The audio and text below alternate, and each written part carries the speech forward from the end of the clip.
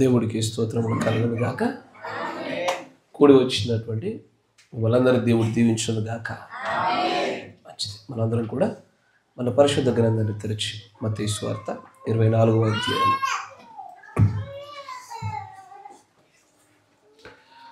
మత్తయి సువార్త 24వ అధ్యాయము మొదటి వచనం నుంచి గమనించుదాం.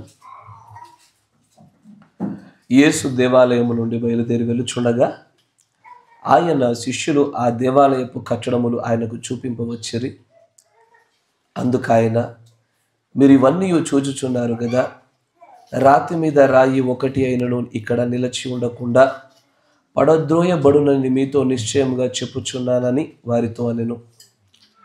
ఆయన ఒలివ కొండ మీద కూర్చొని ఉన్నప్పుడు శిష్యులు ఆయన యుద్ధకు ఏకాంతముగా వచ్చి, ఇవి ఎప్పుడు జరుగును? నీ రాకడకును ఈ యుగ సమాప్తికి నీ సూచనలేవి? మాతో చెప్పుమనగా యేసు వారితో ఇట్లనెను, ఎవడును మిమ్మును మోసపరచకుండా చూచుకొనుడి. అనేకులు నా పేరిట వచ్చి నేనే క్రీస్తునని చెప్పి పలువురిని మోసపరచెదరు.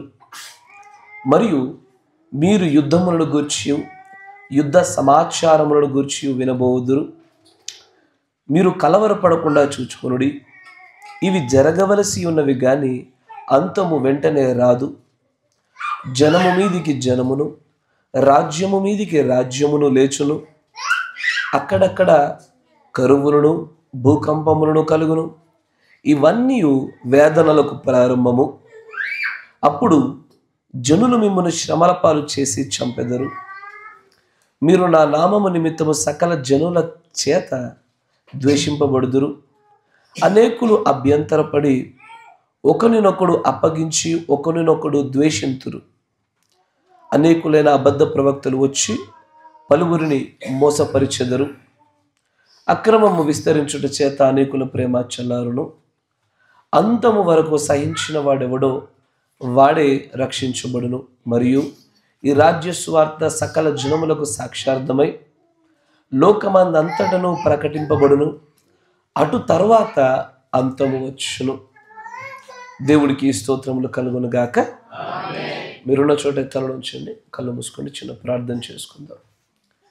కనికర పూర్ణుడా, సర్వశక్తి సంపన్నుడా, మా ప్రియ పరలోకపు తండ్రి, మరొకసారి నీ పరిశుద్ధమైనటువంటి వాక్యమును గురించి మేము ధ్యానించుకోవడానికి మీరు మాకు అనుగ్రహించినటువంటి సమయంలోనికి మేము వెళ్ళబోచుండగా నీ యొక్క పరిశుద్ధాత్మ యొక్క అభిషేకమును నీవే మా మధ్యలో ఉండి బోధింపమని ప్రార్థిస్తూ ఉన్నాము. మీరు అడుగు ప్రతిదీ విశ్వాసంతో అడిగినప్పుడు నేను దానిని ఖచ్చితంగా చేస్తాను అని వాగ్దానం చేశావు ప్రభువా.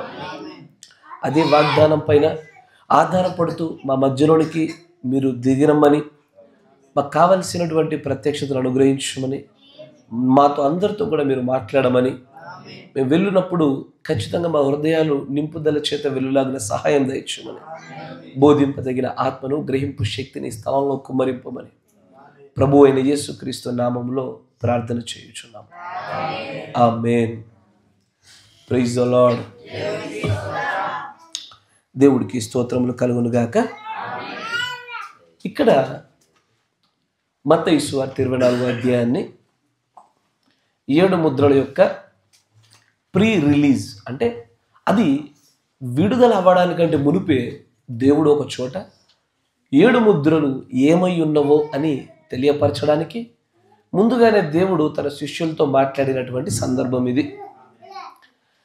అంతం ఎలాగ రాబోతా ఉంది, నేను ఈ భూమిపైకి మరల రాబోవడానికంటే మునుపు ఏ ఏ సంగతులు జరగనై ఉన్నవి అని చెప్పడానికి యేసు ప్రభువు ప్రయత్నిస్తున్నప్పుడు దానిలో అనేకమైన విషయాల గురించి మాట్లాడుతూ ఆయన వస్తూ మరి ప్రాముఖ్యంగా 11వ వచనం గురించి మనం మాట్లాడుకుందాం. ఆయన అంటాడు, అనేకులైన అబద్ధ ప్రవక్తలు వచ్చి పలువురిని మోసపరిచెదరు. నా మాట జాగ్రత్తగా వినాలి. ప్రవక్తలు అనగానే యెహోవా ఇలాగు సెలవిచ్చుచున్నాడు అనేటువంటి మాటతో మాత్రం వచ్చేవారు కాదు. ఎందుకంటే ప్రవచనం అనేటువంటి దాని పుట్టుక యెహోవా ఇలాగు సెలవిచ్చుచున్నాడన్న దానితో మాత్రమే కాకుండా మాటల గుండాను, కీర్తనల గుండాను, వారి జీవన శైలి గుండా కూడా ప్రవచనాల యొక్క ఉత్పత్తి జరుగుతుంది. అంటే మీకు ఇవ్వబడినటువంటి ఆ లోతైనటువంటి ప్రత్యక్షత గుండా ఈ యొక్క వాక్యాన్ని చూడండి. అంటే కొంతమంది ఈ యొక్క చివరి దినాల్లో వచ్చి వారు యెహోవా ఇలాగు సెలవిచ్చుచున్నాడన్న పదాన్ని వాడకుండానే తమ మాటల ద్వారా, పాటల ద్వారా, వివరణల ద్వారా అబద్ధం, అసత్యం వైపుగా తిప్పే ప్రయత్నం చేస్తారు. వీరి విషయంలో మీరు జాగ్రత్త కలిగి ఉండండి. పౌలు గారు ప్రథమ సంఘ కాలంలో ఉన్నప్పుడే ఆయన అంటాడు, ఇప్పటికే సంఘంలోనికి తోడేలు వచ్చాయి, నేను వెళ్ళిన తర్వాత కూడా మరికొన్ని తోడేలు రాబోతున్నాయి అంటాడు ఆయన. ఇవన్నీ కూడా 7 ముద్రల యొక్క నెరవేర్పుగానే జరుగుతున్న విషయాలు. Praise the Lord. దీనిలో అబద్ధ ప్రవక్త అనగానే అందరూ ఎలా ఊహించుకుంటారంటే, ఇదిగో నేను ప్రవక్తని అని తను తాను చెప్పుకొని వస్తాడేమో, ఇదిగో యెహోవా ఇలాగు సెలవిచ్చుచున్నాడు అనే పదాలు వాడుతూ వస్తాడేమో అనుకుంటారు కదా. కానీ నా మాట జాగ్రత్త వల్ల ప్రవక్త అన్న పదానికి అర్థం ఏమని చెప్పాడు ఈ కాలవర్తమానికుడు?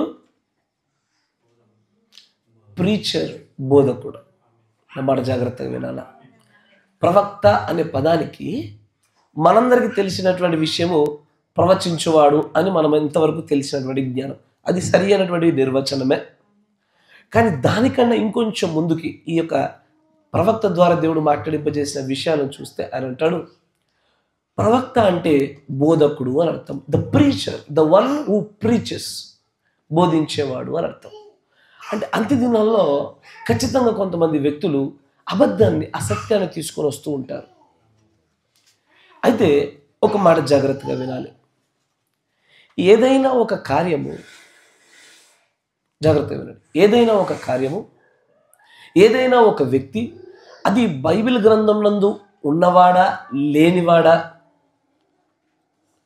అని మనం గుర్తుపట్టడానికి ఖచ్చితమైనటువంటి ఆధారాలు కావాలి.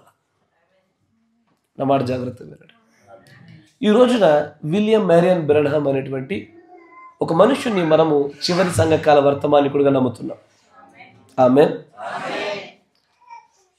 ఆయన పేరైతే బైబిల్లో లేదు కదా, బైబిల్లో రాయబడింది ఆయన గూర్చే అని ఎలాగో చెప్పగలుగుతున్నాము?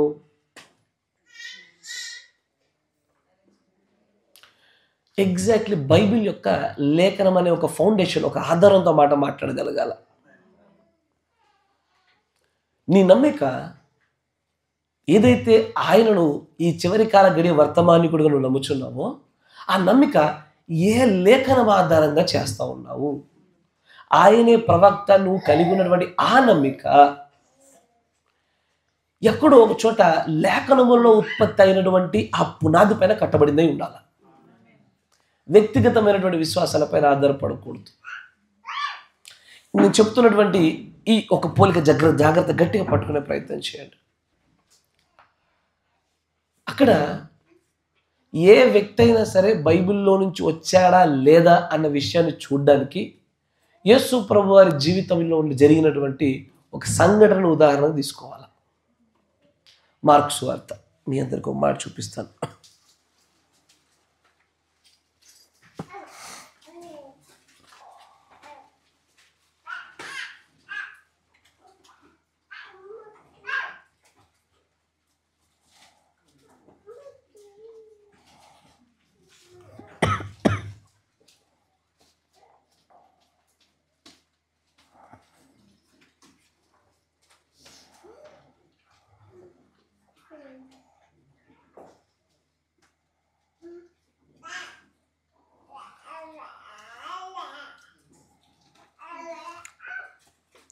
క్షమించాలి, లూకా సువార్తలో కూడా ఉంటుంది.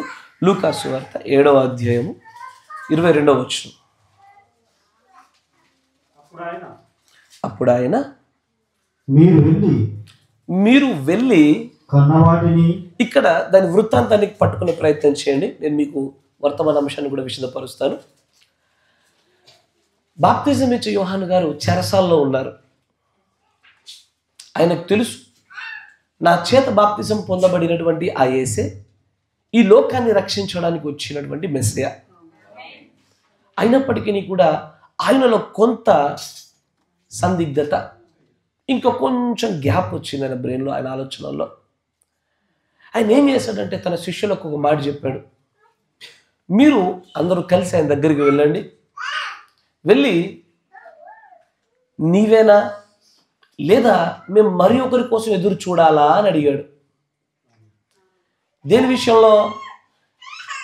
ఏ ప్రవక్తలైతే మెస్సయ రాబోతున్నాడు, రాయబడిన మెస్సయ, వాక్యంలో ఉన్న మెస్సయ, ఆ గ్రంథంలో రాయబడినటువంటి ఆ మెస్సయ, ఆ రక్షకుడు గొర్రెపిల్ల నీవేనా, మేము మరి ఒకరి కోసం ఎదురు చూడాలా అంటే, ఇప్పుడు నేను బైబిల్లో ఉన్నానా లేదా అని చూపించుకోవడానికి ఆయన అవును ఇది నేనే అని అనలే. ఆయన ఏమనలేదు, నేనే అది అని అంటలా. ఆయన ఎక్కడ కూడా నేనే మెస్సయ్యను అని నేరుగా మాట్లాడినట్టు కూడా కనబడదు. కరెక్టేనా? కానీ ఆయన ఒక సూత్రం చెప్తున్నాడు. ఏంటయ్యా సూత్రం అంటే, నేను బైబిల్లో నుంచే, నేను వాక్యంలో నుంచే ఉత్పత్తి అయిన వాడినా కాదా నువ్వు తెలుసుకోవాలంటే నీవు వినుము చూడుము. This is the only fundamental analysis. పునాది పూర్వకమైనటువంటి కొలమానం ఇదే. ఏ వ్యక్తి అయినా బైబిల్లో ఉన్నాడా లేదా, ఏ ప్రవక్త అయినా వాక్య ప్రకారమైన ప్రవక్త కాదా అని నీకు తెలియపరచబడాలంటే ఇంతకు మించిన లేఖన ప్రకారమైనటువంటి మరొక విషయం లేదు. వారు మాట్లాడే మాటల యొక్క అథెంటిసిటీ ఎంత సరి అయినదో దాని గురించి మనం మాట్లాడడం లేదు. ఒక వ్యక్తి బైబిల్లో నుంచే వచ్చాడా, వారి గురించే రాయబడిందా? మీకు ఉదాహరణగా మార్టిన్ లూథర్ గురించి బైబిల్లో రాయబడింది, జాన్ వెస్లీ గురించి బైబిల్లో రాయబడింది, మొదటి ప్రపంచ యుద్ధం, రెండవ ప్రపంచ యుద్ధం గురించి రాయబడింది, ముస్సోలిని గురించి, స్టాలిన్ గురించి, హిట్లర్ గురించి కూడా రాయబడింది. కరెక్టేనా? దేన్ని బట్టి చెప్పగలుగుతున్నాము అంటే వారి జీవితాల్లో జరిగిన దాన్ని విని చూసి, రాయబడిన దాన్ని చూసి విని, ఈ రెండు సరిగ్గా ఒదిగినట్లయితే వీరు దాంట్లోంచి వచ్చిన వాళ్ళే. మాట జాగ్రత్తగా వినాల. ఇదే ఏ నమ్మికకైనా సరే, ఏ కార్యానికైనా సరే వాక్యం అనేటువంటి పునాది ఆధారం ఉండాలి. వాక్య ఆధారం లేకుండా వ్యక్తిగత అభిప్రాయాలకు పరిశుద్ధ గ్రంథంలో ఏమాలంటి స్థానం లేదు. బైబిల్లో ఈ కార్య వర్తమాని కూడా అంటాడు, మీకు తెలుసా దేవుడు ఒక దినాన మనల్ని దేనితో తీర్పు తీర్చబోతున్నాడో? ఈ పరిశుద్ధ గ్రంథాన్ని బట్టి తీర్పు తీరుస్తాడు. కానీ రోమన్ క్యాథలిక్ని బట్టి కనుక తీర్పు తీర్చినట్లయితే పెంతకోస్తు వారు పరలోక రాజ్యంలోకి రారు. పెంతకోస్తు వారిని బట్టి కనుక తీర్పు తీర్చినట్లయితే మెథడిస్ట్ వాళ్ళు రారు. మెథడిస్ట్ వారిని బట్టి తీర్పు తీరిస్తే కనుక మిగతా వాళ్ళు రారు. కరెక్టేనా? ఈ సహోదరుడి యొక్క వ్యక్తిగత అభిప్రాయాన్ని బట్టి దేవుడు తీర్పు తీర్చబోతున్నాడు అనుకోండి, మనం అందరం రాం. మీ యొక్క వ్యక్తిగత అభిప్రాయాన్ని బట్టి తీస్తుంటే ఎవరు రారు. మీ వ్యక్తిగత అభిప్రాయాలను బట్టి తీస్తుంటే ఎవ్వరు పరలోక రాజ్యంలోకి రారు. కానీ దేవుడు ఒక వ్యక్తి, ఒక సంఘము, వాటి యొక్క వ్యక్తిగత అభిప్రాయాలపైన తీర్పులు ఉండవు. కానీ ఈ గ్రంథమును బట్టి, వర్తమానం బట్టి తీర్పు ఉంటుంది. సరేనా? మీరు ఈ పరిశుద్ధ గ్రంథాన్ని అవునన్న చోట అవుననాలి, కాదన్న చోట కాదనాల. ఇది అవునన్న చోట అవుననలేదా? ఈ గడియ వర్తమానికుడు ప్రవక్త అవునన్న చోట మనం అవును అనలేకపోతున్నామా? మన వ్యక్తిగత కారణాలు, మన వ్యక్తిగత భక్తి, వ్యక్తిగత జ్ఞానము స్వనీతి అడ్డుగా వచ్చిందా? దాన్ని బట్టి మనం కొలవబడం. కానీ అదే ఏదైతే పలకబడిన మాట ఉందో, మూల విత్తనమై ఉన్నదో, ఆ వర్తమాన వాక్యాలను బట్టి తీర్పు తీర్చబడతాం. This is final. నేను అందుకొరకే నేను మీకు ఏ అంశాన్ని గురించి బోధించినా సరే, అది నరకం అవ్వచ్చు, పరలోకం అవ్వచ్చు, విశ్వాసం అవ్వచ్చు, అది ఏదైనా సరే బైబిల్ యొక్క ఆధారాలు, వర్తమాన ఆధారాలు లేకుండా ఏది బోధించట్లే. Not even a single reference కూడా. మీరు ఏదైనా సరే, బ్రదర్ మీరు చెప్పినటువంటి పలానా విషయము బైబిల్లో ఎక్కడ ఆధారం ఉందో నన్ను అడగండి. ఒకవేళ అలాంటి ఆధారం లేని మాట అయితే అది నా వ్యక్తిగత అభిప్రాయం. కరెక్టేనా? మీరు దేనినైతే నమ్ముతున్నారో ఆ నమ్మికకు కూడా బైబిల్లో ఆధారాలు ఉండాలి, వర్తమానంలో ఆధారాలు ఉండాలి. ఈశ్వర్లో వర్తమానం కానీ లేకపోతే బైబిల్ కానీ ఈ రెండు ఒకటే. రెండిట్లో దేవుడి వాక్యమే. దేవుడి చేత పలకబడిన వాక్యంలో ఆధారం లేని మాటలపైన మన విశ్వాసాన్ని కట్టుకున్నామా, వి విల్ బి జడ్జ్డ్. ఒక రోజున తీర్పు తీర్చబడతాం. కానీ అబద్ధ ప్రవక్తలు అని పలికాడు కాబట్టి నిజమైన ప్రవక్త దేవుని యొక్క లేఖనంలోంచి బయటకు వచ్చినప్పుడు చూచుట చేత వినుట చేత గుర్తుపట్టగలుగుతాం. దీని కొనసాగింపుగానే దేవుడు ఇంకొన్ని మాటలు మాట్లాడతాడు. అనేకులు ఈ లోకంలోనికి అబద్ధ ప్రవక్తలు, అబద్ధ బోధకులు, అబద్ధ క్రీస్తులు వచ్చారు. మీరు వారిని వారి ఫలాల వల్ల కనుగొంటారు. వారి ఫలాల వల్ల కనుగొంటారంటే వాళ్ళ ఫలాలను ఏం చేయాలా? చూడాలి, వినాలి. చూచుట చేత వినుట చేత ఎదుటివాడి ఫలాలను మనం పట్టుకోగలుగుతాం. కరెక్టేనా? Yes or no? నేను చూచుట చేత వినుట చేతే ఆ వ్యక్తి యొక్క అబద్ధ ప్రవక్తయా నిజ ప్రవక్తయా వారి ఫలాల్ని పట్టుకోగలుగుతా. ఆమేన్. ఈ రోజు నేను మీ అందరితో మాట్లాడాలనుకున్న అంశం కూడా దేవుని కాల వర్తమానికుడు మరియు వర్తమానమైన అంశంలో మనము ఇదివరకు ఒక భాగాన్ని చూసాం. Is there another 8th messenger? 8వ వర్తమానికుడు ఉన్నాడా అనే అంశంలో దాంట్లో ఒక భాగాన్ని మనము ఒక ప్రత్యేకమైన ఒక వ్యక్తిని గురించి చూసాం. ఆమేన్. మనం నివసిస్తున్నటువంటి ఈ సమకాలీనటువంటి ఈ ప్రపంచంలో అబద్ధ బోధకుడిగా, అబద్ధ ప్రవక్తగా చలామణి అయినటువంటి ఒక వ్యక్తిని గురించి. చాలా మంది ఆయన అబద్ధికుడు అంటాడు, అబద్ధ ప్రవక్త అంటారు, కానీ ఆయన బోధనలు ఎవరు చదివిన వారు కాదు. 18 పుస్తకాల పైచలకు రాశాడు ఆయన. బ్రదర్, ఆ మొదటి భాగం అప్పుడు ఎప్పుడో చెప్పారు, ఇప్పుడు ఎందుకు చెప్తున్నారంటే మిగిలిన చదవడానికి ఇంత టైం పట్టింది నాకు. Praise the Lord. చదవకుండా మనకు చెప్పకూడదు. నా మాట వింటున్నారా? అయితే ఈ రోజున అబద్ధ ప్రవక్త డాల్టన్ బ్రూస్ అనేటువంటి ఆ భాగాన్ని చివరి భాగంగా దేవుడి చిత్తమైతే ఈ రోజున ముగించే ప్రయత్నం చేద్దాం. నా మాట జాగ్రత్తగా వినాలి. ఎందుకంటే ఈ రోజున వర్తమానంలో ఉన్న గలిబిలి అంత ఇంత కాదు. ఈ రోజున వర్తమానంలో ఉన్న గలిబిలి అంత ఇంత కాదయ్యా. వర్తమానంలోనే నా మాట జాగ్రత్త వినాలా. ఈ పరిశుద్ధ గ్రంథంలో ఉన్నటువంటి దేవుడి వాక్యంలో ఏ సూత్రాలు ఉన్నాయో ప్రవక్త ద్వారా బయలుపరచబడినటువంటి ఈ గడియ వర్తమానాల్లో కూడా అవే సూత్రాలు ఉంటాయి. ఎందుకంటే రెండింటిలో ఉన్న దేవుడి వాక్యం కాబట్టి. కరెక్టేనా? ఈ బైబిల్లో కొంతమందికి ఆ యొక్క పునాది రాయి, తలరాయి అడ్డుబండగా మారి అనేకులు త్రొట్టిల్లున్నట్లుగా కావాలనే పడిపోయినట్లుగా పెట్టాడు దేవుడు. దీంట్లో పెట్టినట్టుగానే వర్తమానాలు కూడా అట్లాగే పెట్టాడు. నా మాట వింటున్నారా? అందుకే చాలా మందికి కొంతమంది 7వ ముద్ర తెరవబడలేదని కొంతమంది వ్యక్తులు ఉన్నారు.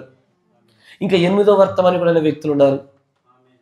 ఎలాగునైతే ఈ బైబిల్ గ్రంథాన్ని గ్రహించడంలో వ్యత్యాసం వచ్చి సంఘ శాఖల్లో నుంచి ఒక నిజమైన వధువు ఎలాగ బయటకు వచ్చిందో, ఈ వర్తమానంలో కూడా వర్తమానాలను సరిగ్గా గ్రహించుటలో కూడా ఎగ్జాక్ట్లీ అదే విభజన సాగుతుంది.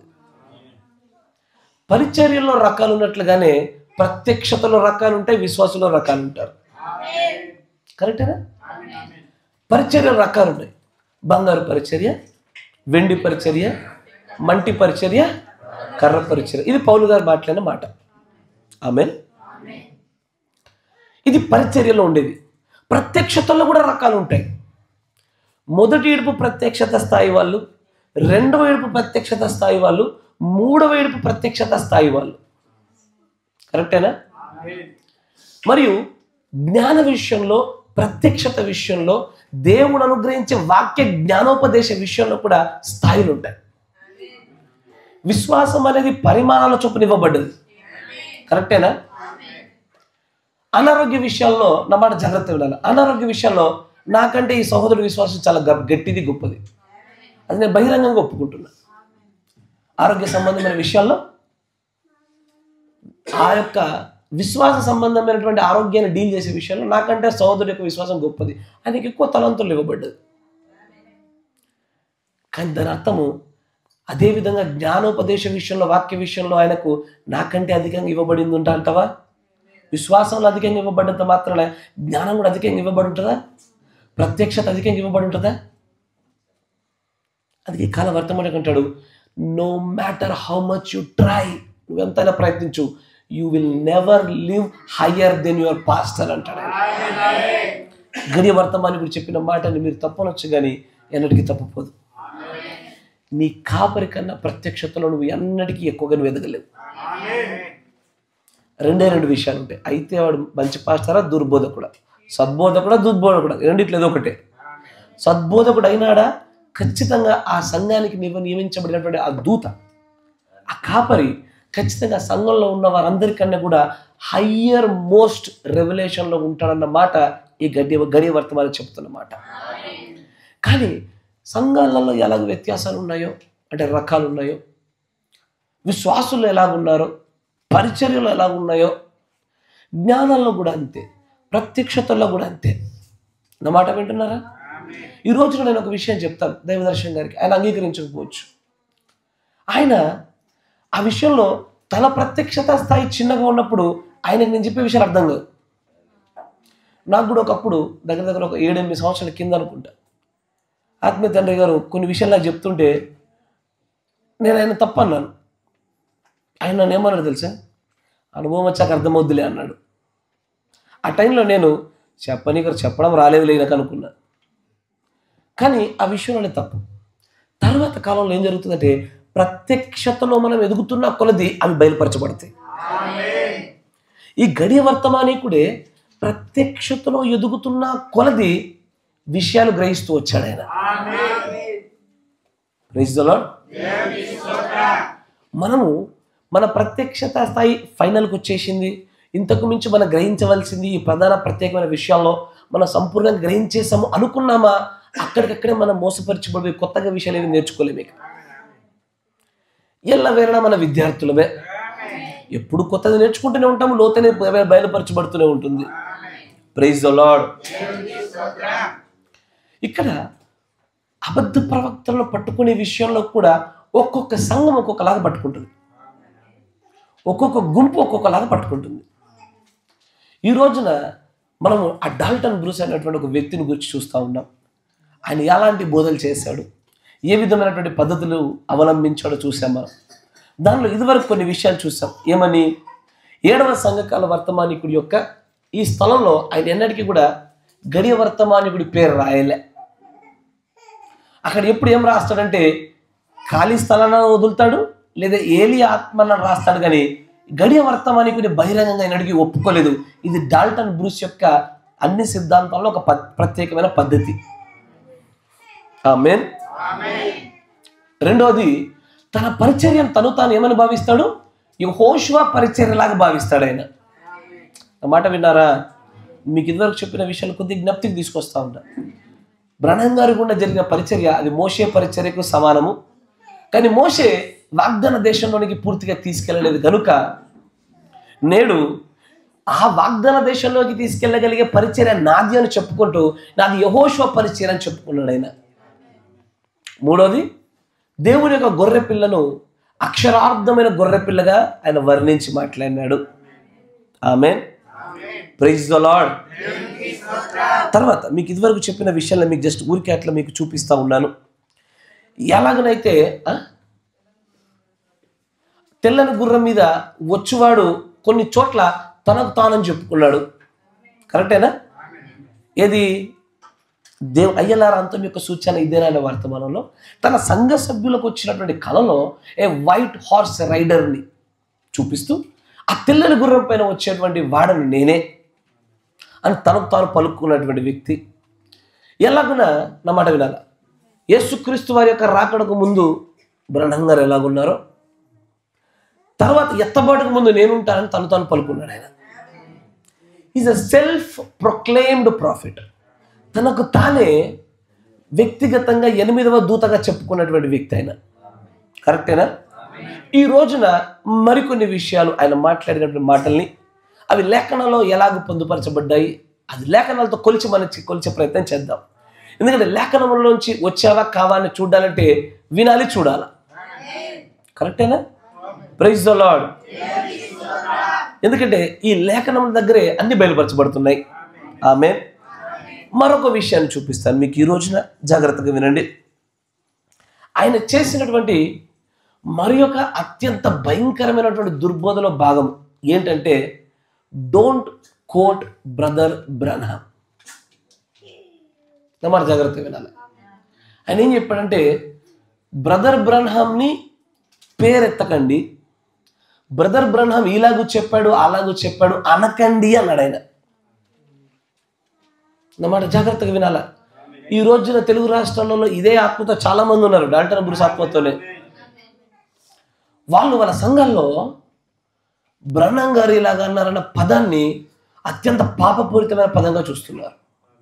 దీని పుట్టుక, దీని ఆద్యమంతా ఎక్కడిదయ్యా అంటే డాల్టన్ బ్రూస్ సిద్ధాంతాల్లోంచి వచ్చిన సిద్ధాంతం అది.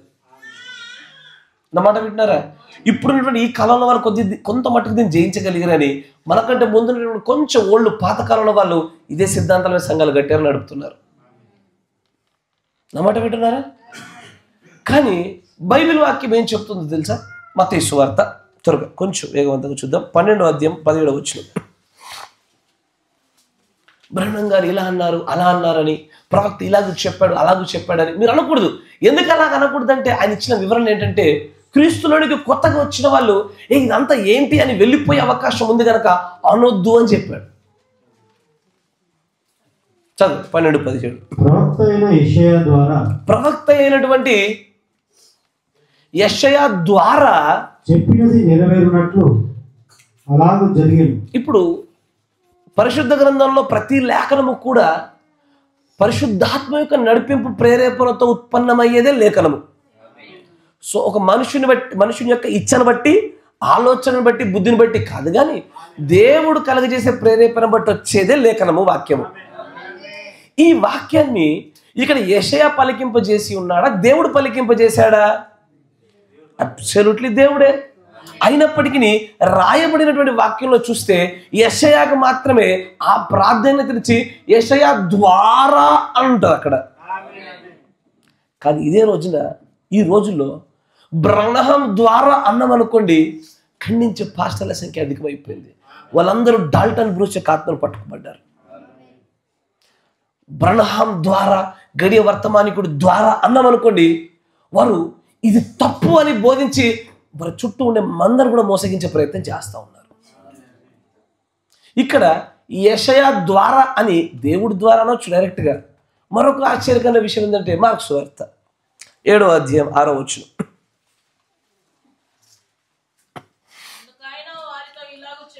ఎవరు? యేసు ప్రభు వారి గురించి మాట్లాడుతూ యేసు ప్రభు వారు వారితో ఏమంటున్నాడు? ఈ ప్రజలు నన్ను తమ పెదవులతోనే గణపరచుదురు గాని వారి హృదయం నాకు దూరమైనగా ఉన్నది. వారు మానవులు కల్పించిన పద్ధతులు దైవోపదేశములని బోధించుచు నన్ను వ్యర్థముగా ఆరాధించు. ఈ మాట కొత్త నిబంధనలోది కాదు, ఇది పాత నిబంధనలో రాయబడిన వాక్యం. ఇది పాత నిబంధనలు ఎవరు చెప్పారా మాట? ఎవరు చెప్పారా మాట? దేవుడేగా సెలవిచ్చింది. దేవుడు సెలవిస్తే ఒక వ్యక్తి పలికాడు, ఒక వ్యక్తి రాశాడు. కానీ సెలవిచ్చింది యేసుక్రీస్తు వారే. కానీ ఇక్కడ ఆయన అంటాడు అని వ్రాయబడినట్టు వేషధారులైన మిమ్మల్ని గూర్చి నేను మీతో చెప్పినది సరియే అని అనలేదు ఆయన. ఆయన ఏమంటున్నాడు? యేసు ప్రభువే నేరుగా ఒక ప్రవక్త పేరెత్తి ఆ ప్రవక్త చెప్పాడు అంటే దాన్ని తప్పుగా ఎంచలేదు. కానీ ఈ రోజున బ్రన్హామ్ ఇలా అన్నాడు, ప్రవక్త గారు ఇలా అన్నారు అంటే మాత్రము దాన్ని భక్తిలో చిన్నతనంగాను, ఎదగని జీవితాలుగాను, ప్రత్యక్షత రాహిత్యాలుగా చూసేటువంటి డాల్టన్ బ్రూస్ ఆత్మను పొందుకున్న సంఘాలు బోధకులు లేకపోలే. ఖచ్చితంగా మరి నేటికి అలాగే ఉన్నారు అందరూ. మనకంటే ముందు తరంలో ఉన్న ప్రతి ఒక్కరు ఇదే. ఎందుకంటే ఆ టైంలోనే డాల్టన్ బ్రూస్ పుస్తకాలు చాలా ఫేమస్. ఇప్పుడు దాన్ని హవా పోయింది. కానీ ప్రవక్త ఇలాగూ చెప్పాడు, ప్రవక్త అలాగూ చెప్పాడు అంటేనే చాలు. ఇప్పుడు ఇంకొక విషయం చెప్తా, ఇదే కంటిన్యూషన్. జాగ్రత్తగా నా మాట వినండి, ఓపికగా గ్రహించే ప్రయత్నం చేయాలి. ఇప్పుడు ఈ రోజున మందిరంలో ఒక వ్యక్తి లేచి నిలబడి ఏదైనా మెసేజ్ పుస్తకం ఉందా? ఎనీ మెసేజ్ బుక్, ఏదైనా ఒక పుస్తకం, మెసేజ్ పుస్తకం నా దగ్గరికి పంపించండి. అది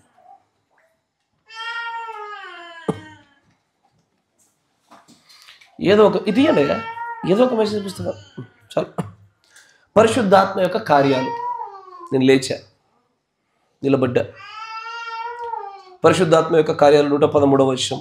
దానిని గూర్చి యేసు ఏమని అడిగాను, నీవేమి చెప్పుచున్నావు? పేతురు, నేను ఎవరని మీరేమి చెప్పెదరు ఆయన అడిగాను. అచ్చట తనను గూర్చి ఆయన మాట్లాడలేదు. ఆయన మీరైతే నేను ఎవరనని చెప్పుకొనిచున్నారని వారిని అడిగాను అని చదివేశా. ఏం చదివైపు నేను ఒక మెసేజ్ పుస్తకం చదివా. ఎవరి చేత రాయబడింది? ప్రవక్త చేత రాయబడింది. సరేనా? రాయించింది దేవుడే, రాసింది మాత్రం ఎవరు? ప్రవక్త ద్వారా రాయబడిన విషయాలు, ఇవన్నీ కూడా పొందుపరచబడిన విషయాలు. ఇది చదివి నేను ఇదే విషయం చెప్పాను అనుకో,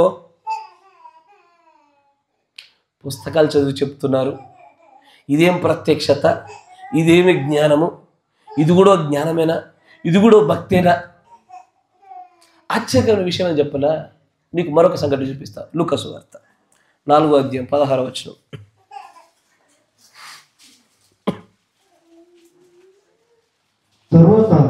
తరువాత ఆయన తాను పెరిగిన నజరేతునకు వచ్చెను. తన వాడుక చొప్పున విశ్రాంతి దినమందు సమాజ మందిరంలోనికి వెళ్ళి, నీలాగే నాలాగే ఆయన కూడా ఒక రోజున మందిరానికి వచ్చాడు. ఆమేన్. చదవడానికి ఇప్పుడు నేను ఎట్లాగో లేచి నిలబడి ఒక వర్తమానంలోంచి చదివి మీకు అర్థమగు రీతిలో దాన్ని చక్కగా మలిచి పరిశుద్ధాత్మ నడిపి ఎట్లా చెప్పానో, ఆయన కూడా ఒక రోజున మందిరానికి వచ్చాడు. వచ్చిన తర్వాత వాడుకు చొప్పులు లేచి నిలబడ్డాడు. అయ్యో, ఏందయ్యా ప్రవక్త రాసిన గ్రంథాలు చూసి అవుతాడు? బహుశా నాకు ప్రత్యక్షత లేదనుకుంటా. అంతేనా? Hello, praise the Lord. ప్రవక్త రాసిన గ్రంథాలు చూసి చదువు చెప్తాడేంది ఈయన? అంటే ఈయనకు సొంతగా ప్రత్యక్షత లేదన్నట్టు. ప్రవక్త రాసిన దాన్ని చూసి చదివి చెప్తున్నాడా? అది పోయిపోయి మందిరంలో.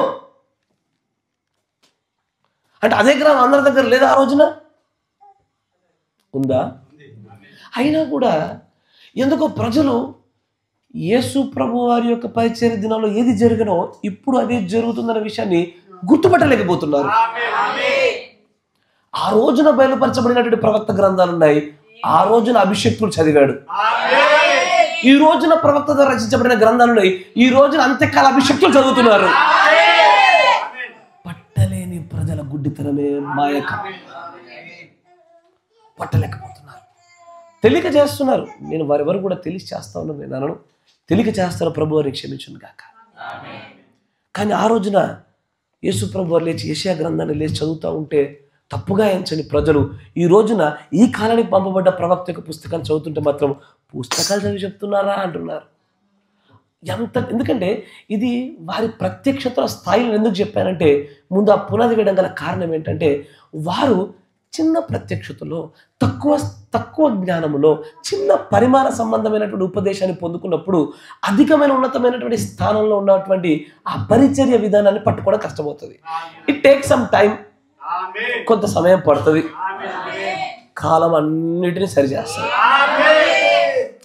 వ్యక్తులలో తప్పు ఒప్పులని నేను చూడను, కానీ కాలమే ప్రతి విషయాన్ని సరిచేస్తుందని నేను నమ్ముతా. నిజంగా రాయబడినటువంటి ఆ గొర్రెపిల్ల జీవ గ్రంథంలో మనమందరం ఉన్నామా? మనమందరం ఒకే ఆత్మను పొందుకొని ఒకే రకమైన భక్తి చేస్తాం. భేదాభిప్రాయాలు ఉండవు మన మధ్యలో. Praise the Lord. కానీ ఎక్కడో ప్రత్యక్షతల్లో తేడాలు వచ్చాయి. ఆ తేడా రావడం వల్ల, ఎందుకంటే ఆ డాల్టన్ బ్రూస్ అనే ఆత్మ ఎవరిపైన పడుతుందో వారు బ్రహ్నం గారు ఇలా అన్నారు అలాగన్నారని మాట పలకడానికి కూడా తప్పుగా ఎంచారు. ఆ కొటేషన్స్ చదవడానికి కూడా తప్పుగా ఎంచేశారు. It is a spirit of Dalton Bruce. తన యొద్ద నుంచి ఉత్పత్తి అయిన వన్ ఆఫ్ ద హెరెసిస్ అంటే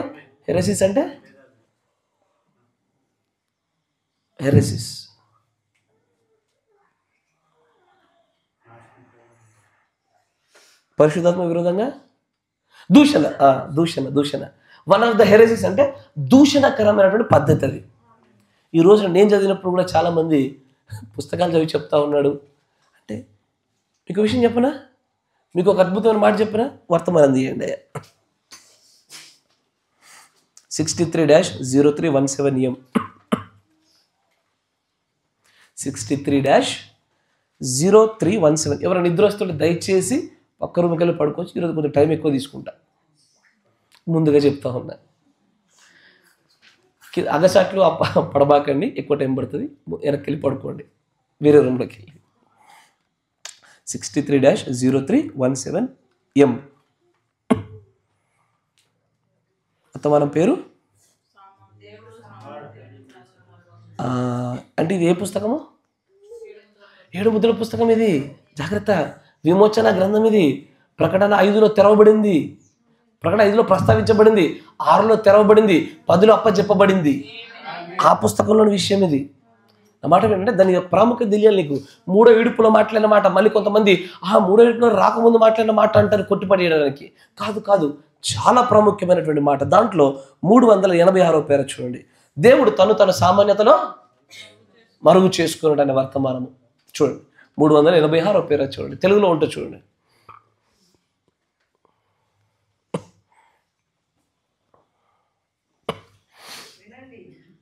వినండి,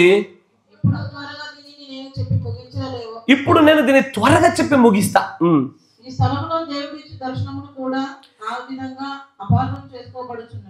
ఇక్కడ దేవుడిచ్చేటువంటి దర్శనాలు కూడా అపార్థం చేయబడుతున్నటువంటి సంఘాలు లేకపోలే. ఈ రోజున ఆయన సంఘంలో కూడా అపార్థాలే జరుగుతున్నాయి.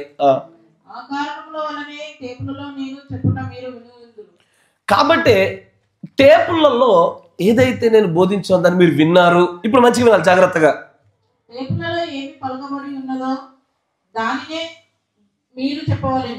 టేపుల్లో ఏదుందో అదే చెప్పాలా. నీ సొంత భాష్యాలు చెప్పి టేపుల్లో ఉన్నదే కదా పుస్తకాలు తయారైనాయి. ఈ పుస్తకాల్లో ఉన్నదే చెప్పాలా, పుస్తకాల్లో ఎందుకు చెప్పొద్దు సార్? నువ్వు పుస్తకం చదవద్దు అంటుంటే, పుస్తకంలో చెప్పొద్దు అంటుంటే నువ్వు ఈ వర్తమానానికి విరోధివి. ఈ వర్తమానంలో దేవుడు తన ప్రవక్త ద్వారా మాట ఇచ్చినట్లు ఒక అతిపెద్ద ఆజ్ఞ. అది ఏమన్నాడు తెలుసా? ఆయన చెప్పిన మాట, టేపులలో ఉన్నదే బోధించు, ఇంతకు మించి ఒక్క మాట ఎక్కువ బోధించక తక్కువ బోధించకంటాడు. నేను ఒకవేళ చదవడం మానేసి దీంట్లో ఉన్నటువంటి నీకు రిఫరెన్స్ చెప్పకుండా ఒక చక్కటి ఒక అందమైనటువంటి ఒక వర్తమానం చెప్తుంటే, అబ్బా మా పాస్టర్కి బాగా జ్ఞానం ఉందనే పేరు తెచ్చుకోవడం చాలా సులభం.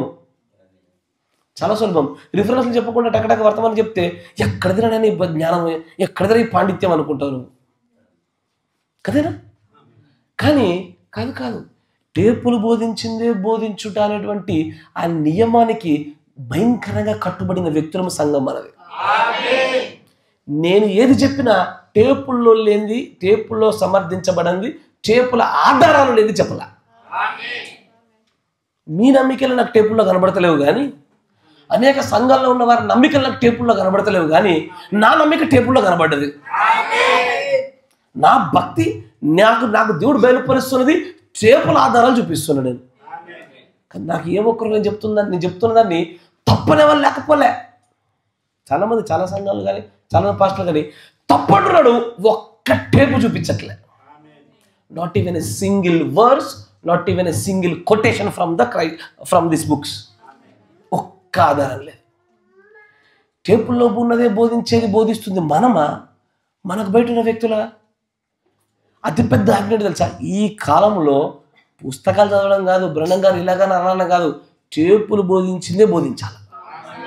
అలాగూ బోధించకపోతే ఈ టేపులతో నేను ఒక రోజు తీర్పు తెచ్చబడేది. ఎగ్జాక్ట్లీ తీర్పు తెచ్చబడేది. కాదు, నేను ఒక పెద్ద పాస్టర్ని అడిగిన, ఆయన ఇలా చెప్పాడు, పెద్ద పాస్టర్ని బట్టి నేను తీర్పు తెచ్చానే. నాకు ఒక సహోదరుడు తెలుసు, బాగా జ్ఞానవంతుడు. ఆయనతో నేను ప్రభువా నేను చర్చించప్పుడు నాకు ఇలా చెప్పాడే, అతన్ని బట్టి మనం, వారిని బట్టి, ఆమెను బట్టి మనం దేవుడు తీర్పు తీర్చడే.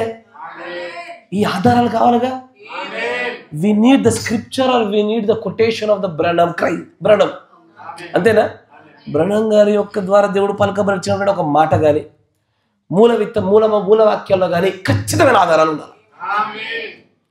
ఎవరైనా నీకేదైనా బోధ చేస్తున్నప్పుడు ఆధారాలు లేకుండా, రిఫరెన్స్ లేకుండా మాట్లాడుతున్నారు అనుకో, జాగ్రత్త. నిన్ను, నీ ఆత్మను, నీ ప్రాణాన్ని నీ దగ్గర నుంచి కొట్టుకుపోయే వాడికి ప్రయత్నం చేస్తున్నారు వాళ్ళు. ఈరోజున బ్రహ్నం గారి పేరు వద్దొద్దు, బ్రహ్నం గారి కొటేషన్ చదవద్దు, కొత్త వాళ్ళకి బయట ఉండేటువంటి అన్యులకు ఇబ్బంది కలుగుతుంది అని డాల్టన్ బ్రూస్ మెల్లగా ప్రారంభించి ఆ తర్వాత దినాల్లో తన పుస్తకాల్లో మాత్రమే కొటేషన్స్ వాడుతూ తర్వాత కూటమిలో ఎన్నడూ కూడా ప్రవక్త పేరు కానీ ఆ కొటేషన్స్ గురించి కానీ దేని గురించి మాట్లాడే ఎత్తడాన్ని కూడా తన కింద ఉండే కొన్ని వందల వేల మంది పాస్టర్లకు అడగ చెప్పేశాడు ఆయన. తన పుస్తకాల్లో రాసుకున్న విషయాలు ఇవన్నీ. బాధాకరమైన విషయం ఏంటంటే ఈ తెలుగు రాష్ట్రంలో ఉన్న పాస్టర్లకు కూడా ఇది ఆత్మహత్య పడింది. ఇప్పుడు ఈరోజు వారు బ్రహ్నం గారు చెప్పారన్న మాటను బ్రహ్నం అనే పేరు ఎత్తితే కష్టమే. నమ్మే వ్యక్తుల దగ్గరకు వచ్చి బ్రహ్నం 2-3 సార్లు అంటారు. సొంత సంఘాలకు వెళ్ళి మాత్రం వీళ్ళ బాధ ఏంటో చెప్పన్నా, నా మాట వినండి. బ్రహ్నం అని 2 సార్లు అంటే కోపం వస్తుంది, కానీ పాస్టర్ మా అయ్యగారు 3 సార్లు అనకపోతే మాత్రం బాధ కలుగుతుంది. నా మాట వింటున్నారా? మీరు దయచేసి నా పరిచయం అర్థం చేసుకోండి. మన పరిచర్య ఇది మేలాంటి పరిచర్య, ఇది ఇంతే. ఇక నన్ను ఏం చేస్తారంటే మీరు మనసారి తెచ్చుకోండి, కానీ నేను చేయగలిగేది ఏమీ లేదు. తెచ్చుకోండి, మీ అందరికీ స్వతంత్రతనిస్తా ఉన్నా. కానీ అంటే మనుషుల్లో ఉండే, నేను మనుషులను తప్పనట్లే, మనుషుల ప్రవర్తన వెనకాల ఉన్న ఆత్మలను పట్టాలంటున్నా. ఆ ఆత్మల వివేచన కావాలా. ఈ సహోదరుడు ఉన్నాడు, ఒక విషయాన్ని గ్రహించలేకపోతున్నాడు, ఆ సోదరుడు గ్రహించాడు. దీన్ని బట్టి ఈ వ్యక్తిలో తప్పు ఉంది, ఆ వ్యక్తిలో తప్పు లేదంటే అలా కాదు. ఈ వ్యక్తికి ఇవ్వబడినటువంటి ఆ జ్ఞానోపదేశ వాక్య పరిచర్య తలంతో కొంచెం గ్రహించాడు, ఆయనకి ఎక్కువ గ్రహించాడు. సార్ అంతేనా కదా? నేను ఈ మధ్యకాలంలో స్త్రీలు మరియు సంపాదన అది పక్కన పెట్టాను, ఇంకోటి ఏది, స్త్రీ ఓటు వేయడం గురించి మాట్లాడడం గుర్తుందా? నాకు బయట నుంచి వినబడ్డాయి, మన సంఘాలకు బయట సంఘాలు వినబడ్డాయి. కొంతమంది బైబిల్లోంచి చూపించాము, వర్తమానంలో చూపించాం కాబట్టి నేరుగా అంగీకరించారు, ఆమెనన్నారు, వాళ్ళు పాటిస్తున్నారు. కొంతమంది ఏమన్నారో తెలుసా, పెద్ద పాస్టర్లే చెప్పలేదే, పెద్ద పాస్టర్లే చెప్పినప్పుడు మనం ఎట్లా పాటించాలన్నారు. నాకు ఆశ్చర్యం కలిగింది. మీరు పాస్టర్ల పైన, వ్యక్తుల పైన కట్టుకున్నారా, వాక్యం పైన కట్టుకున్నారా భక్తి? ఇది ఆలోచించదగ్గ విషయం. అంటే నేను చెప్పినటువంటి ఆ ఓటు విషయాన్ని కొంతమంది గ్రహించారు, కొంతమంది గ్రహించలే. గ్రహించిన వాళ్ళని ఏమనుకుంటారో తెలుసా, ఇంకా వారి ప్రత్యక్షత చిన్నది, ఎదగాలి వారు. ఇంకా ఒక రోజున దేవుడు వారందరికీ గ్రహింపు శక్తిని అనుగ్రహించాలని మనం ప్రార్థిస్తాం, కానీ అంతకు మించి మనం చేయగలిగేది లేదు. పెద్ద పాస్టర్లు చెప్తేనే వింటాము అనేటువంటి ఒక ఆలోచన విధానంలో ఎందుకు మరి భక్తి నిర్మాణ వాక్యం పైన కట్టవల్ల. స్త్రీలు మరియు సంపాదన పైన కూడా కొంతమంది వ్యతిరేకమైన భావాలు వ్యక్తపరిచారు. God bless them. ఎందుకంటే ఇప్పుడు యేసు ప్రభు యొక్క శిష్యులు చూడండి, యేసు ప్రభు తను ఏమై ఉన్నాడు పేతురుకి అర్థమైనంత మిగతా వాళ్ళకి అర్థం కాలే. కరెక్టేనా? శిష్యులందరికీ సమానంగా బోధించాడు, ఒకరికి ఎక్కువ ఒకరు తక్కువ బోధించలే. కరెక్టేనా? అందరికీ సమానంగా బోధించినప్పటికీ కూడా పేతురు ఒక్కడే ఆ యొక్క నువ్వు పరలోకం నుంచి దిగి వచ్చినటువంటి క్రీస్తువే అనేటువంటి ప్రత్యక్షత పొందుకుంది ఒక్కడే. మిగతా వాళ్ళు పొందుకునే టైం పట్టింది. కరెక్టేనా? టైం పడుతుంది కాస్త. It take some time. ఓపికగా ఉండాలి. Yes sir no? కానీ ప్రవక్త ఎలాగూ చెప్పాడన్న మాటను గురించి కూడా రద్దంతం చేసేటువంటి ప్రజలు ఈరోజు చాలామంది ఎక్కువైపోయినారు. టేబుల్ బోధించండి అంటే ఒకరేమో ఎక్స్ట్రీమ్కి వెళ్ళిపోయారు, మరొకరేమో అసలు పూర్తిగా దాన్ని తృణీకరించి పక్కన పడేశారు. టేబుల్ బోధించండి అంటే దాని అర్థం ఏంటో తెలుసా? ప్రవక్త తట్టాడు, తుమ్మాడు, దగ్గాడు, ఆయన వందనాలు చెప్తున్నాడు అనేటువంటి అక్షరార్థంగా తీసుకున్న వాళ్ళు లేకపోలే. ఎందుకంటే సంఘంలో నేను అప్పుడప్పుడు మీకు అర్థమయ్యే రీతిలో మీకు నాకు కమ్యూనికేషన్ కోసము యాంటీబయాటిక్స్ అనే పదం వాడుతుంటే, ప్రవక్త ఎప్పుడైనా సరే మల్టీవిటమిన్ ఇచ్చిండు కానీ యాంటీబయాటిక్స్ అనే పదం వాడిండా? అయ్యో, టేబుల్ బోధించుటలో ఉన్నటువంటి అర్థం అది కూడా అర్థం కావడంలే. ప్రత్యక్షత అవసరం మనందరికీ, మనం ఇంకా ఎదగాల ఖచ్చితంగా. కానీ దేవుడు తన ప్రవక్తలు అంటాడు, ఈ టేపులు బోధించాలా, ఈ టేపుల్లో లేనిది బోధించినటువంటి వ్యక్తినైనా, కాపర్నైనా, సంఘాన్నైనా ఖచ్చితంగా తీర్పు తీరుస్తాడు ఆయన. ఈ రోజున పేరెత్తడానికే ఇష్టపడతలేరు, భయపడుతున్నారు ప్రజలందరూ. ఇది ఎవరేమనుకుంటారో అని సమాధానం చెప్ప చాతకాక. కానీ టేపుల్లో ఉన్నది బోధిస్తున్నావా, ఇది మనకు రేపటి దినాన ఆదరణ. మనం ఏ కార్యం చేసినా దేవుడు పలకించినటువంటి ఆ వాక్యంలో ఏదో ఒక వర్తమానమో, ఏదో ఒక కొటేషనో ఏదో ఒక మూలవాక్యమో మనం దాన్ని పట్టుకొని గట్టిగా వేలాడుతూ ఉండాలి. ఒక రోజున మనలను తీర్పులో నుంచి దాటి బయటపడవేయగలిగే వాక్యం అదే. Praise the Lord. ఇంకొంచెం ముందుకు చదవమ్మా.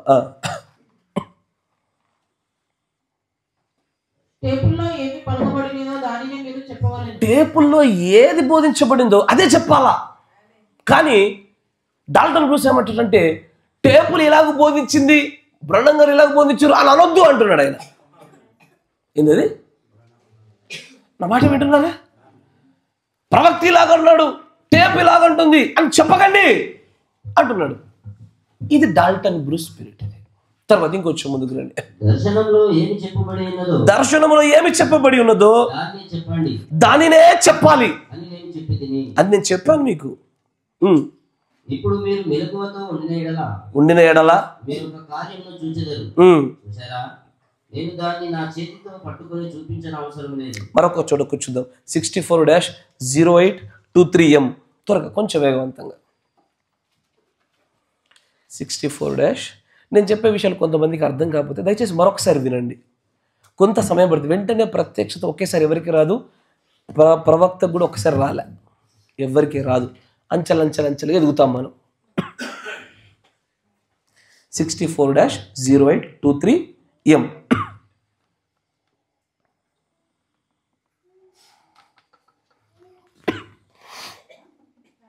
క్షమించాలి, పేరు చెప్పా. 254 పేర 254 తెలుగులో ఉందా? ఓకే, చదవండి.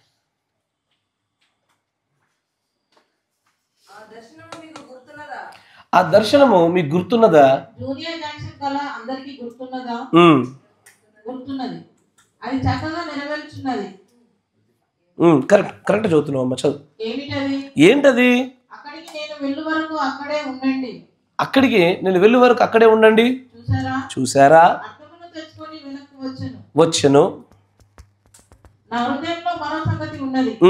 ప్రభు దానిని చేయమని నన్ను హెచ్చరించెను. ఈ ఆలయమునకు సంబంధించి ఒక కదలికను నేను చేయవలెను. సరే, దాన్ని అలాగ ఉంచండి. 250 పేరు చూడమ్మా. తర్వాత పేరు, మీరు నాకు సహాయం చేయండి. మీరు నాకు ఒక సహాయం చేయండి అయ్యా. ఏంటది? దేవుడు నాకు చెప్పమని మీకు ఏదైనా తెలియజేసిన ఎడల దేవుడు నాకు ఏదైతే మీకు చెప్పమన్నాడో దానిని తెలియజేసిన ఎడల చెప్పండి. నేను చెప్పినది నిజమని దేవునికి తెలియను. దానికి ఏమీ చేర్చవద్దు. దేవుడు నాకు ఏదైతే సెలవిచ్చి మీకు చెప్పమన్నాడో దానికి మీరు ఏది చేర్చవద్దు. Do not add anything to this message. ఈ వర్తమానానికి ఏ ఒక్క ముక్కను యాడ్ చేయొద్దు. తర్వాత దానిలో నుండి ఏది ఒక్క ముక్కైనను బయట తీయొద్దు. తర్వాత నేను చెప్పిన దానిని మీకు అర్థమవుతుందా? బైబిల్కి ఏ సూత్రాలు ఉన్నాయో వర్తమానాలకు అవే సూత్రాలు ఉంటాయి. బైబిల్లో ఏది తీయొద్దు ఏది పెట్టొద్దన్న సూత్రం ఉన్నదో అదే సూత్రం వర్తమానానికి పాటించబడుతుంది. ఇదే ఈ కాల గడియ వర్తమానానికి చెప్తున్న విషయం కదా. తర్వాత అనంటాడు, నేను దేవుడు నాకు ఏదైతే బయలుపరిచి మీతో సెలవిమ్మన్నాడో ఆ మాటలకు మీరు ఏది చేర్చకండి, ఏది తీసేయకండి. తర్వాత నేను ఏదైతే చెప్పానో చెప్పింది చెప్పినట్టుగా ఉండనివ్వండి. చూసారా? చెప్పుచున్నాను. చూసారా? దాన్ని నమ్మండి. నేను ఏదైతే ఎలా చెప్పానో అలాగే తీసుకోండి. మీకు అర్థమవుతుందా? టేపులు ఏవి చెప్పిందో ఆ టేపులు చెప్పిందనే తీసుకోవాలా. టేపులు ఉపవాసం చెప్పిందా ఉపవాసం చేయాలా. నీ సొంత భాష్యము నీ సొంత ఉద్దేశాలు నాకు అవసరం లే. ఎందుకంటే ఒక దినాన్న నేను టేపుల చేత కొలవబడతా, వాక్యం చేత తీర్పు తెచ్చబడతా. నీ వ్యక్తిగత ఉద్దేశాలు నీ సీనియర్ మోస్ట్ పాస్టర్ల యొక్క అభిప్రాయాలతో నేను తీర్పు తెచ్చబడినగా. ఈ టేపులు బోధించిందే బోధించాలా, ఈ టేపులతోనే మీరు నడవాలా, ఈ టేపులు నమ్మాలా, టేపులు చెప్పింది చెప్పాలా. Praise the lord. టేపులకు బయట అనేక కార్యాలు చేస్తా ఉన్న క్రైస్తవులు లేడు. ఒక పాస్టర్ గారు చెప్పాను మీకు నేను, ఆయన పస్కా పండుగ చేస్తాడు. ఏంటో మెసేజ్ పాస్టర్,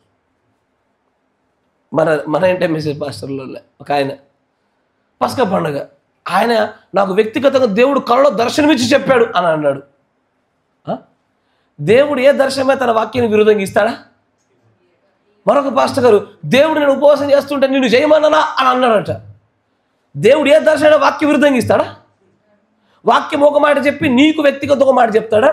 అది ఖచ్చితంగా దయ్యమే, ఖచ్చితంగా దాటన భుజాత్మే. దేవుడు తన దర్శనానికి తన వాక్యానికి ఎన్నడూ కూడా సమతుల్యతను పోగొట్టనియడు. ఒక దర్శనం ఇచ్చాడా వాక్య ప్రకారంగా ఉంటుంది. అది వాక్యానికి విరుద్ధమైనటువంటి దర్శనము కళ ఎన్నడికి ఇవ్వడు ఆయన. అది అలాగ వచ్చినప్పుడు దేవుని దగ్గర నుంచి వచ్చింది కాదు. అది కరెక్టేనా? ఇప్పుడు బ్రహ్నం గారు చెప్పారు మాట. ఒక సహోదరంట, సహోదరుడు బ్రహ్మవా దేవుడు నన్ను సేవ చేయమన్నాడని చెప్పి స్త్రీ చెప్పిందంట. ఒక సిస్టర్. ఇప్పుడు ఈరోజు ఉపవాసం గురించి మాట్లాడే పాస్టర్లు అట్లాగే ఉన్నారు. సిస్టర్ వచ్చి ఏమన్నది, బైబిల్లో స్త్రీలకు బోధించే హక్కు ఉందా? ఆ బాధ్యతను దేవుడు ఇవ్వాలా. కానీ అన్నది దేవుడు నాకు ప్రత్యేకంగా కళలో దర్శనంలో వచ్చి నన్ను సేవ చేయమన్నాడు, దేవుడు చేయమంటేనే చేస్తున్నా అన్నాడు. అప్పుడు దేవుడు యొక్క ప్రవక్త అంటాడు, దేవుడు ఎన్నటికీ కాదమ్మా దయ్యం చెప్పిన మాట. దేవుడు తన వాక్యానికి విరుద్ధంగా ఏది నీకు చూపించాడు. తన వాక్యముతో అనుసంధానమైన విషయాన్ని చూపిస్తాడు, కానీ విరుద్ధమైంది చూపించాడు. కరెక్టేనా?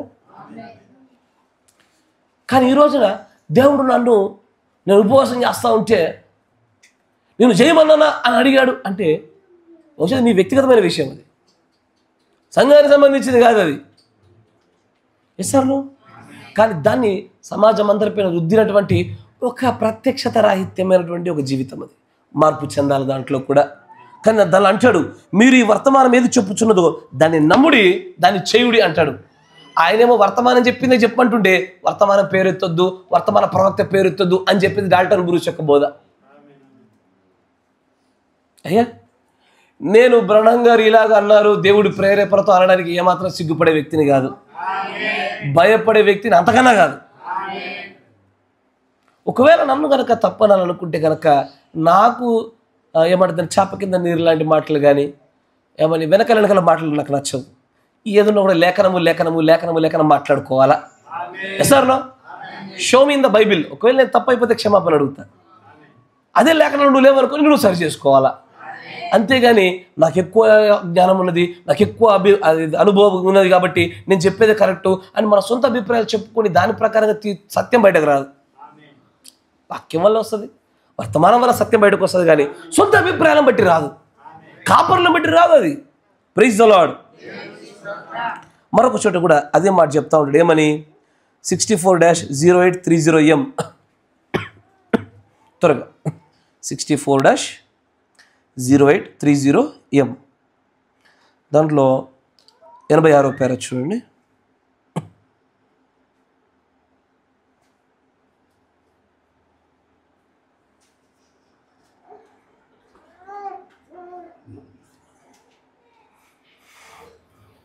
సరే, మీరు రాసుకున్నారా? చదవండి, తీసారుగా ఎలాగో చదివేసేయండి. బ్రహ్నం సోదరుడా, మేము భాషలలో మాట్లాడవలసి ఉన్నామని నీవు నమ్మటలేదా అని ఇప్పుడు జనులు ప్రశ్నించవచ్చును. చూసారా, అయితే ఇప్పుడు నీవు నేను చెప్పిన దానిని అక్షరాల వెనక్కు వెళ్ళి ఉన్నావు. నిశ్చయంగా మీరు భాషలతో మాట్లాడవాలని నేను నమ్ముచున్నాను. చూసారా, ఈ ఆలయంలో చుట్టూ 1500 మైళ్ళని అడిగినట్లుగానే అది ఉన్నది. చూచారా, దానిని మీరు అర్థం చేసుకోలేని ఎడల నన్ను అడగండి, మీకు అర్థం కాని ఎడల నాకు వ్రాసి తెలుసుకోనండి. ఏదైనా సరే కాపరి చెప్పిన ప్రవక్త ద్వారా వచ్చిన ఏదైనా సరే తెలియనప్పుడు అర్థం కానప్పుడు ఏం చేయాలా? అడగాల. వర్తమాన సంఘ క్రమం ఏంటి? ఒకవేళ నువ్వు కాపరితో కనుక ఏదైనా ఒక విషయాలు అంగీకారంగా లేవనుకో ఏం చేయాలా? ఆ కాపరితో నువ్వు వ్యక్తిగతంగా వాక్య ప్రకారంగా వాక్యంతో మాట్లాడాలి. అప్పటికీ ఆ కాపరి కనుక వినకపోతే తప్పిదం కాపరి వైపు ఉంటే కనుక 2-3 సాక్షులను పెట్టుకొని వచ్చి మాట్లాడాలి. అంతేనా?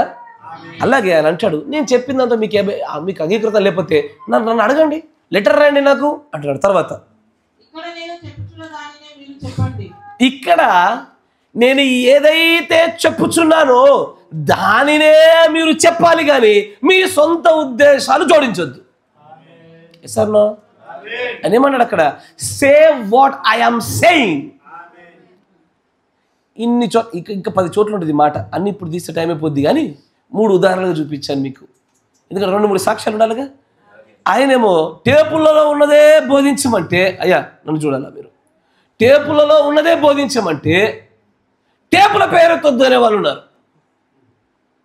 ప్రవక్త చెప్పిందే చెప్పమని ఆజ్ఞ ఉంటే ప్రవక్త పేరొద్దని చెప్పే వాళ్ళు ఉన్నారు.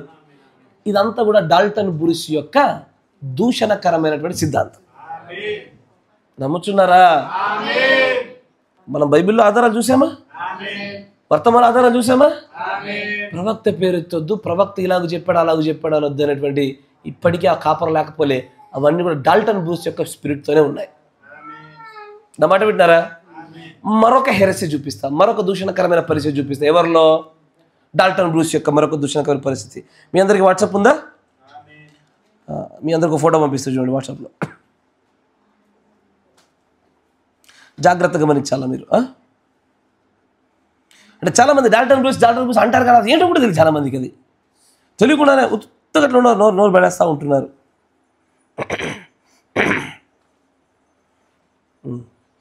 వచ్చిందా? జాగ్రత్త గమనించండి. నేను మీకు పంపించిన ఫోటోని జాగ్రత్త చూడండి. 3 వ్యక్తుల ఫోటోలు కనబడుతున్నాయా? మొదటి వ్యక్తి ఎవరు? బ్రహ్నం గారు. గారానండి అయ్యా, ఎందుకు గౌరవం ఇవ్వాలనిపిస్తూ ఉంటుంది. ఎందుకంటే మనల్ని రక్షించిన కొరకు దేవుడు మన కోసం పంపబడ్డ ఒక వ్యక్తి, గౌరవించాలా. అంటే మిమ్మల్ని తప్పట్లేదు, జస్ట్ షో సమ్ రెస్పెక్ట్. తర్వాత రాబర్ట్ లంబార్ట్ అనే ఒక వ్యక్తి కనబడుతున్నాడా? ఆ తర్వాత ఎవరు కనబడుతున్నారు? మన వర్తమానం యొక్క మెయిన్ హీరో డాల్టన్ బ్రూస్ గారు కనబడుతూ ఉన్నారు. కరెక్టేనా? ఇప్పుడు మొదటి తెస్సలోనికీయులకు రాసిన పత్రిక తీయండి. మొదటి తెస్సలోనికీయులకు రాసిన పత్రిక 4వ అధ్యాయం 16వ వచనం.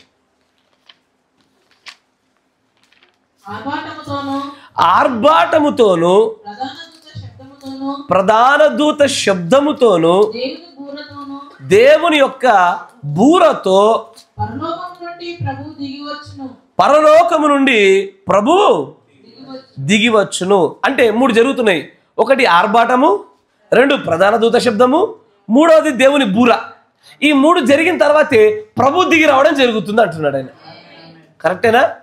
ఈ 3 జరగాల. దీనికి ఈ గడియ వర్తమానికుడు ఇచ్చిన వివరణ అంతే. ఈ 3 ఒక్కరే. ఈ 3 చేసేది ఎవరు? దేశ ప్రభువే చేయాల. Yes or no? ఆర్భాటం చేసేది ఎవరు? దేవుడే. ప్రధాన దూత శబ్దం ఎవరు? ఆయనే. బూరెవరిది? ఆయనే చేయాలా. కానీ ఇక్కడ డాల్టన్ బ్రూస్ యొక్క సిద్ధాంతం, ఆయన యొక్క ఉద్దేశం ఏంటంటే, ఆర్భాటం ఏమో బ్రహ్నం గారు చేశారు, ఈయనకంటే ముందున్నటువంటి రాబర్ట్ లంబర్ట్ అనే ఒక వ్యక్తి గొప్పగా సేవ చేయడం వల్ల అతడే ఈ ప్రధాన దూత శబ్దంగా నిలిచాడు. ఇప్పుడు నేను దేవుడి యొక్క కడబూరగా మోగించబడుతున్నాను, నా తర్వాత ఎత్తబట అని చెప్పాడు ఆయన. మీకు అర్థమవుతుందా? అందుకే తన అబద్ధ ప్రవక్త అంటాం మనం. ఇస్తారో? అందుకే ఆ ఫోటోలో మీరు గమనిస్తే ఆ రాబర్ట్ లంబర్ట్ అనే వ్యక్తిని వీళ్ళు ఏమని పరిగణిస్తారో తెలుసు వాళ్ళ పుస్తకాలలో? The first martyr of the message అంటారు వాళ్ళు. అంటే ఈ వర్తమానం కోసము హతసాక్షి అయిన మొట్టమొదటి వ్యక్తిగా ఈ రాబర్ట్ లంబర్ట్ అనే వ్యక్తికి వీళ్ళు ఇచ్చుకున్నటువంటి పదవి. ఈ వర్తమానం కోసం హతసాక్షులు అవుతారా? అయ్యో, ఈ వర్తమానం కోసం హతసాక్షులు ఎప్పుడు అవుతారయ్యా? మీ ప్రత్యక్షతను చూడాలి ఒకసారి. ఈ వర్తమానం కోసం హతసాక్షులు అవ్వడం ఎప్పటి నుంచి ప్రారంభం అవుద్ది? ఇదివరకు అయిపోయిందా? Because you believe this message. నేను చంపుతున్నా అని చంపినా? నేను ఎక్కడ చంపిర్రా? ఈ వర్తమానం నమ్ముతున్నా కాబట్టి నేను చంపుతున్నా అని చంపారా? ఎక్కడ ప్రారంభం అవుతుంది ఇది? ఇన్ ద ఫైనల్ స్క్వీజ్లో ప్రారంభం అవుతుంది. అది కొద్ది మందిలోనే, వెరీ ఫ్యూ. కానీ మోషే ఏలియాల కాలంలో హతసాక్షులు వస్తారు. మనం ఎత్తబడిన తర్వాత 300 సంవత్సరాల పరిచర్య జరగాల. అక్కడ మోషే ఏలియాలు ఉండాలా. వాళ్ళు ఇదే వర్తమానం అంగీకరించాలా. The same message goes to them because they believe that message, they have to die. కానీ ఇక్కడ వీరి యొక్క ఆలోచన విధానం ఎలా ఉంటుందంటే, ఈ రాబర్ట్ లంబర్ట్ అనే వ్యక్తి మొట్టమొదటి వర్తమాన హతసాక్షి అని పేరు పెట్టి పెద్ద ప్రింట్లు కొట్టి అతికిచ్చి అతన్ని ప్రధాన దూత శబ్దంగా ఎక్కిచ్చేశారు పేపర్లోకి. ఈ జ్ఞానం అయిపోయి ఎక్కిన తర్వాత ఈ 3 అయితే కానీ దేవుడు రాడుగా, ఈ 3 2 అయిపోయి 3వది డాల్టన్ బ్రూస్ అన్నాక ఇక ఎందుకు అతని దగ్గర జనసంఖ్య రాకుండా ఉంటారు? ఆస్తిపాస్తులు అమ్ముకొని మరి వచ్చి కూర్చున్నారు అతని దగ్గర. నమాట వింటున్నారా? ఈ రాబర్ట్ లంబర్ట్ అనే వ్యక్తిని ఇంకేం చేస్తారో తెలుసా? మరొక ఫోటో పంపిస్తాను చూడండి.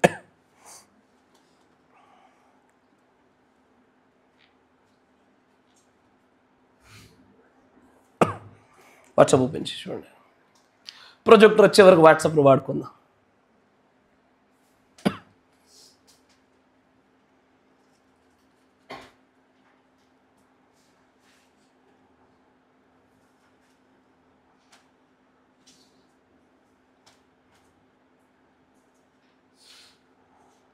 అక్కడ ఒక ఆయన బట్టతల కనబడుతుందా? అతని బాణం గుర్తుందా? ఆయన రాబర్ట్ లంబర్ట్ సైడ్ ఫోటో. అతనికి ఆయన పెట్టిన పేరేంటో తెలుసా? క్రైస్ట్ మినిస్ట్రీ అని. 3rd పుల్ 3వ ఇడుపులోనికి తీసుకెళ్లేది రాబర్ట్ లంబర్ట్ అని, ఎత్తబాటులోకి తీసుకెళ్లేది మాత్రం డాల్టన్ బ్రూస్ అని. అయ్యా నా మాట మీకు అర్థమవుతుందా?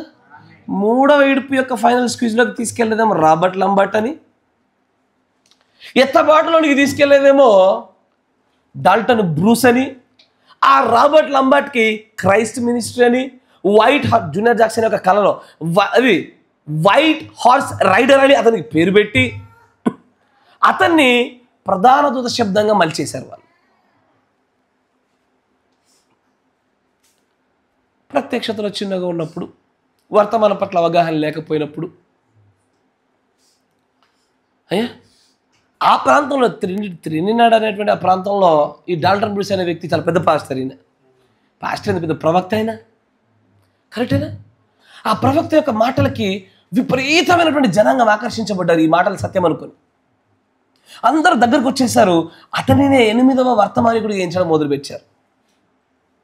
8వ వర్తమానికుడు ఉంటాడా? యెహోషువ పరిచర్య ఉన్నట్టే ఉంటుంది అని చెప్పాడు ఆయన. 8వ సంఘకాలం ఉన్నదా? వధువు సంఘకాలం ఉందిగా అని చెప్పాడు ఆయన. నమ్మువారికి నమ్మడానికి కావలసినన్ని అవకాశ ఆస్కారాలు చూపించాడు ఆ తండ్రి. కానీ చివరికి అబద్ధ ప్రవక్త అన్న మాట మాత్రము నిలుపుకోగలిగాడు ఆయన. నా మాట వింటున్నారా? Praise the lord.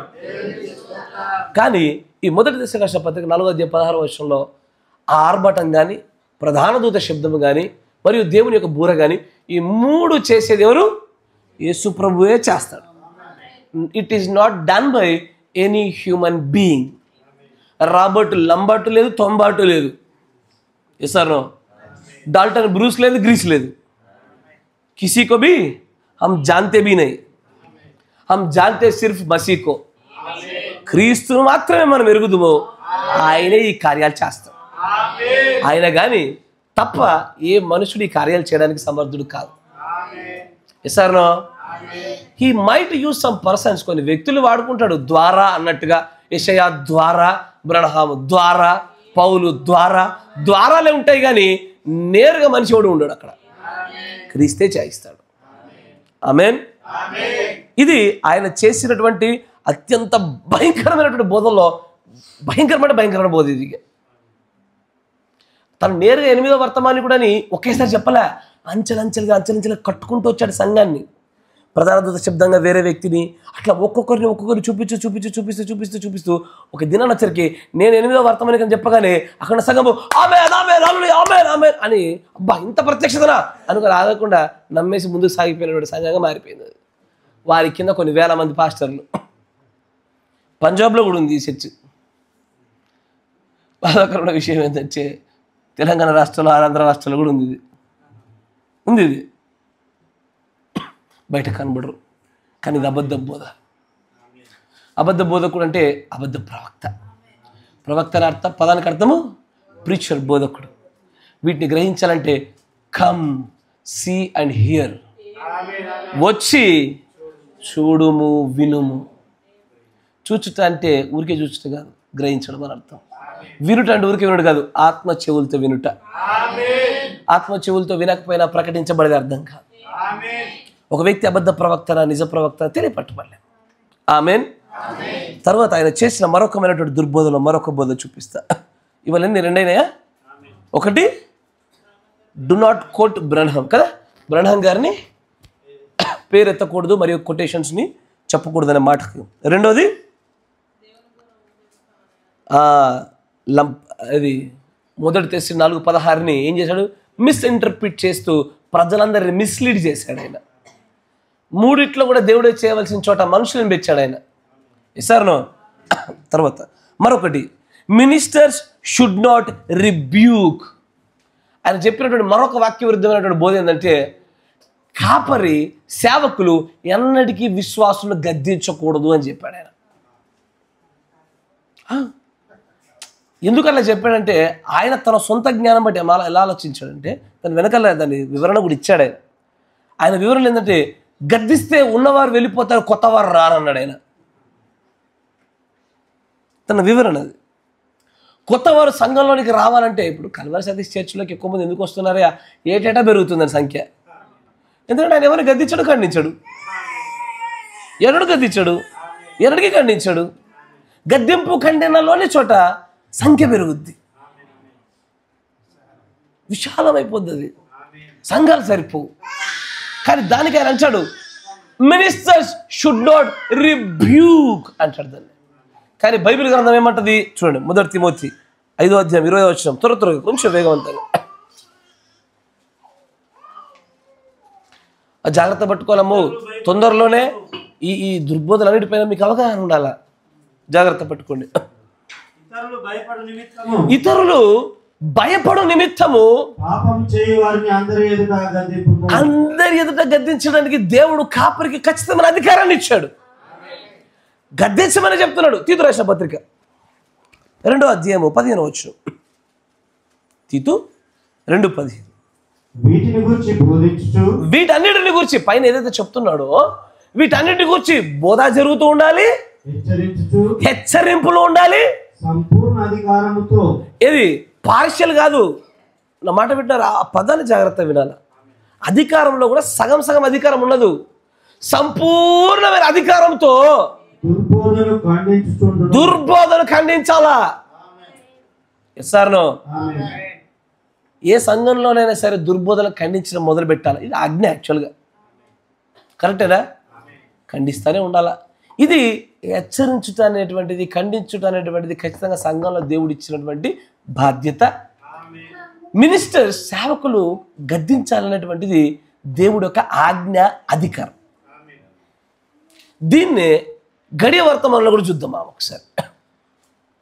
58-0126 జాగ్రత్తగా వినండి. 58-0126.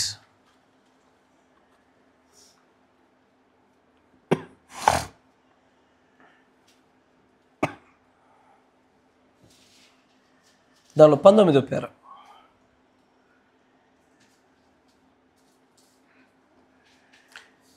హియర్ ఏ హిమ్, ఆయనను వినుడి అనే వర్తమానంలో 19వ పేరలో అంటాడు. చూడండి జాగ్రత్తగా.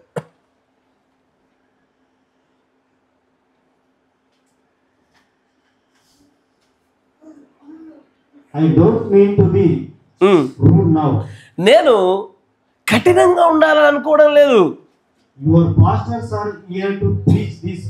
మీ కాపరులు ఈ వర్తమానాన్ని, ఈ సువార్తను చెప్పడానికి వారు నియమించబడ్డారు. ఒకవేళ వారు దాన్ని చెయ్యకపోతే మీరు ఈ విషయాన్ని నేను మీరు వినాలని కోరుకొనిచున్నాను.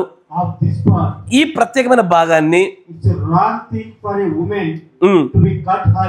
ఒక స్త్రీ తన వెంట్రుకలు కత్తిరించుకోవడం అనేది తప్పు, అది పాపం, అది అలాగునా పరిశుద్ధ గ్రంథం చెప్పుచున్నది. ఆమె ఎప్పుడైతే తన వెంట్రుకలు కత్తిరిస్తుందో తన తలైనటువంటి తన భర్తను అవమానపరుస్తుంది అని పరిశుద్ధ గ్రంథం చెప్తా ఉంది. సంఘం ఒకప్పుడు అసలు ఇలాంటి కార్యాలు చేయలేదు. కానీ ఈ రోజున ఈ ప్రసంగ వేదిక ఎంతో బలహీనమైనది కనుక ఈ రోజున అలాంటి తప్పిదాలు సంఘాల్లో కనబడుతున్నాయి. సంఘాల్లో తప్పిదాలు కనబడడానికి కారణాలు ఏంటో తెలుసా?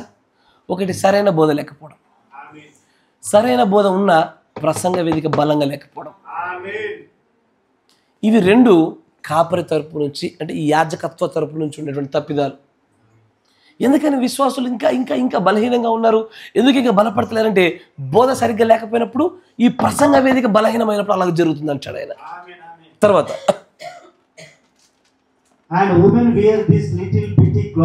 ఈ స్త్రీలు చిన్న చిన్న గుడ్డలు కలిగిన వస్త్రాలు వేస్తా ఉన్నారు. పురుషుడిలాగా కనబడే వస్త్రాలు వేస్తా ఉన్నారు. అలాంటి ధోరణితో ఉన్న కొన్ని బట్టలు వేసుకుంటున్నారు. అలాగనే పిలుస్తున్నారు వాటిని వారు. మీకు తెలుసా పరిశుద్ధ గ్రంథం ఏమని చెప్పుచున్నదో? అది అవమానకరము, అది అతిక్రమము, దూషణ. దేవుడి యొక్క దృష్టిలో స్త్రీలు అలాంటి వస్త్రాలు వేసుకోవడం అనేటువంటిది, ఎందుకంటే ఏ స్త్రీ పురుషుడి వేషాన్ని ధరించుకోకూడదని లేఖనాన్ని దృష్టిలో పెట్టుకొని ఇది దేవుడి యొక్క కనుసైగులో అవమానకరమైన పని అంటున్నాడు ఆయన. తర్వాత అక్కడ పరిశుద్ధాత్ముడు ఏం ఆలోచిస్తాడు దాన్ని చూసి?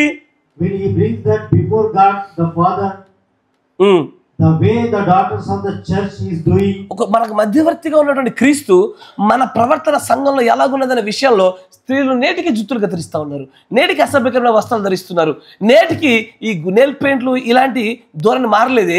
ఒక రోజు అత్యున్నత సింహాసనం దగ్గర ఉన్నటువంటి ఆ సింహాసనం దగ్గరికి మధ్యవర్తి అయిన మన క్రీస్తు మనల్ని తీసుకొచ్చి ఆ తండ్రికి మనల్ని గురించి ఏం చెప్తాడు ఆయన అంటున్నాడు ఆయన. తర్వాత జాగ్రత్తగా, బాగుంటుంది. స్త్రీలు ముఖ్యంగా ఈ ఎండాకాలాల్లో చిన్న చిన్న వస్త్రాలు వేసుకొని బయటకు వస్తారు. ఎందుకు? ఎండాకాలం చెమట వస్తుంది, ఉక్కబోస్తుంది, ఎండ కొడుతుంది కాబట్టి. ఇట్లాగే ఓ స్త్రీకి నేను చెప్పా, సహోదరికి, అమ్మా స్త్రీలు జడలు వేసుకోదరు తల్లి, జుట్టు ఇప్పుకోవాలమ్మా అంటే, బ్రదర్ ఎండాకాలం కదా చెమట బాగా వస్తుంది అని ఇప్పేసినాను అంటే, సరే ఇప్పుకోదు కట్టేసినాను, అది గాలాడాలి కాబట్టి అని. వాతావరణ పరిస్థితుల కోసము వాక్య నెరవేర్పు అనేది జరిగించాలా జరిగించకూడదా? వాతావరణ పరిస్థితి సహకరించట్లేవు, అయినా నేను వాక్య విషయంలో రాజీ పడాలా వద్దా? అదంటాడైనా సమ్మర్ టైంలో కావాలని కొంతమంది స్త్రీలు చిన్న చిన్న పొట్టి పొట్టి బట్టలు వేసుకొని, ఎందుకు వేసుకున్నారు తల్లి అంటే, ఎండాకాలంగా బ్రదర్ గాలి ఆడతలేదు చెమట వస్తుందని చెప్పి కారణం చెప్తున్నారంట. పురుషులు కూడా షార్ట్లు వేసుకుంటున్నారు. కరెక్టేనా? Praise the Lord. తర్వాత ఇంకొంచెం ముందుకు రండి.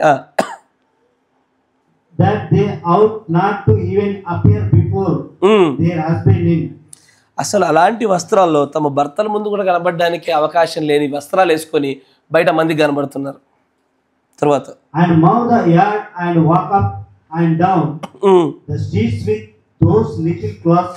ఆ బట్టలు వేసుకొని ఎక్కడికి వస్తున్నారు వాళ్ళు? వీధులలోకి వస్తున్నారు. కరెక్టేనా? మన దగ్గర చిన్న చిన్న వస్త్రాలు ఏమి ఉండవు, కానీ శరీర భాగాలు కనబడే రీతిలో చీరలు కట్టుకొని, నైటీలు వేసుకొని, చెడ్డీలు షార్ట్లు వేసుకొని, చినిగిన జీన్స్ వేసుకొని వీధుల్లోకి వస్తున్నారు. అంటే మన దగ్గర జరుగుతున్న స్థాయి తప్పులు అవి. అమెరికా స్థాయిలో మరి ఇంకా పేదవాళ్ళు కాబట్టి వాళ్ళకి బట్టలు సరిగ్గా ఉండవు, అంతేనా? చిన్న చిన్న బట్టలు, ఇంకా కుర్చీన బట్టలు వేసుకుంటారు వాళ్ళు. మన దగ్గర ఉండే మన స్థాయిలోకి మాత్రము ఇలాంటి తప్పిదాలు జరుగుతాయి. నైటీలు వేసుకుని రోడ్ల మీద కనబడతారు. సడన్గా ఎప్పుడైనా ఎవరు ఇంటికి వెళ్దామన్నా కూడా వెళ్ళబుద్ధి కాదు, ఫోన్ చేసి వెళ్ళాల్సి వస్తుంది. కనీసం మార్చుకోవడానికి అవకాశం దొరుకుతుంది కాబట్టి. ఇప్పుడు ఈ ప్రసంగం వేదిక బలంగా ఉండాలా మెల్లగా ఉండాలా? ఈ ప్రసంగం వేదిక ఎలా కోరుకుంటున్నారు? బలంగానే కోరుకుంటున్నారా? ఇంకా నైటీలు వేసుకుంటారు. బుద్ధి లేదు మీకు. మీరు అడిగారని చెప్పా, మీ ఇష్టం అది. బలం కావాలనుకుంటారా బలహీనం కావాలనుకుంటున్నారా? ప్రసంగ వేదిక బలహీనమైన చోట ప్రభు ఉండడయ్యా. కాపరి పోతే కొత్త కాపరి వస్తాడు. ఎసరా క్రీస్తుని బోధించుకోవద్దు, మనం సంఘంలో ఉంచుకోవాలా. పరిశుద్ధత ఉన్న చోట ఆయన ఉంటాడు, క్రమశిక్షణ ఉన్న చోటు ఉంటాడు, క్రమం ఉన్న చోటు ఉంటాడు, గౌరవం ఉన్న చోటు ఉంటాడు, ప్రేమ ఉన్న చోటు ఉంటాడు. దేవుని వాక్యానికి లోబడాలన్నటువంటి ఆ దైవికమైన ప్రేమ చోట ఖచ్చితంగా ఉంటాడు ఆయన. వీటిని పోగొట్టుకోవద్దు, మనం ఎన్నడూ కూడా జారబెట్టుకోవద్దయ్యా. నా మాట వింటున్నారుగా? Praise the Lord. తర్వాత And I mean to tell me the Holy Spirit is in there. Mean to tell me the Holy Spirit is in there. 61-0311. జాగ్రత్తగా మంచిగా. డాల్టన్ బ్రూస్ యొక్క స్పిరిట్ ఎలా ఉంటుందంటే, నేను ఒక పాస్టర్ గారితో మాట్లాడినప్పుడు నేను అన్నాను, సంఘంలో విపరీతమైన తప్పులు జరుగుతుంటే ఖండించట్లే. పాస్టర్ గారు ఎందుకని ఖండించట్లేదంటే, ఖండిస్తే వెళ్ళిపోతారు సార్. ఆయన అన్నమాట. ఖండిస్తే మరి మీ దగ్గరికి వర్తమాన సంబంధంగా ఈ ప్రజల చిన్నలు అవుతుందంటే మోర్ దెన్ 9 years అవుతుంది సార్. కొంతమంది అయితే 12 సంవత్సరాలు అవుతుంది. ఇంకా వెళ్ళిపోతారా? అలాగున మార్చకుండా ప్రసంగ వేదిక బలహీనంగా ఉంచుకొని వారందరూ నరకంలో పడేసుకోవడం కన్నా ఆ పాస్టర్ పైన అడ్డరాని మాటలు పడ్డా సరే అందరినీ ప్రసంగ వేదిక బలపరిచి ప్రతి ఒక్కరి పాపాలని బహిరంగంగా అయినా సరే వ్యక్తిగతంగా ఖండించి ముఖ్యమైన సరే మార్చుకొని ప్రభు దగ్గర నిలబెట్టడం మేలు. నేను దాన్ని ఇష్టపడతా. అవునా కదా? సాధారణంగా మీ పిల్లోడిని రెగ్యులర్గా వైద్యం ఇచ్చే డాక్టర్ దగ్గర తీసుకెళ్ళేసి నాన్న డాక్టర్ అంటే ఇష్టమేనా అన్నాడు. ఆడు ఎప్పుడు ఇష్టం అన్నాడు. ఎందుకు? ఆడు ఊరికి కూర్చున్నాడేనా? సూదికి వచ్చేవాడు వాడికి నచ్చుతాడు. కరెక్టేనా? అట్లా నేను కూడా మీకు నచ్చను. కానీ ఒకరోజు మీరు అందరూ నన్ను ఖచ్చితంగా థ్యాంక్ యూ చెప్తారయ్యా. ఖచ్చితంగా రోజున మీరు కృతజ్ఞతలు చెప్తారు. ఆ రోజున మమ్మల్ని గద్దించకపోతే కనుక, ఆ రోజున మా పాపని నువ్వు చెప్పకపోతే, మా వస్త్రదానం గురించి మాట్లాడకపోతే, మా మేకప్ల గురించి మాట్లాడకపోతే, మా రంగుల గురించి మాట్లాడకపోతే, మా తప్పిదాల గురించి మాట్లాడకపోతే ఈ రోజున ఈ స్థలంలో మేము ఉండకపోయేవారం అంటారు మీరు. ఈ పులిపిటి అన్నిటికీ బలహీనం కాదు. గోడలు బలహీనం అయితే కానీ ఇది పులిపిటి కాదు. అందుకే కొత్త పులిపిటి కూడా వేయిస్తున్నాం మనం. ఆ బ్రదర్ కూడా అదే చెప్పాం. ఒకవేళ నేను ఎప్పుడైనా బలంగా గుద్ది తిరిగిపోకుండా పెట్టు బ్రదర్ అన్న. Praise the Lord. మీరు సీరియస్గా ఉన్నారని చెప్పారు అన్నమాట. తర్వాత ఇంకొంచెం ముందు చదవండి. 61-0311 ఇది మూడోది కదా? మూడోది కదమ్మా. Minister should not rebuke. 61-0311 దాంట్లో 210వ పేర.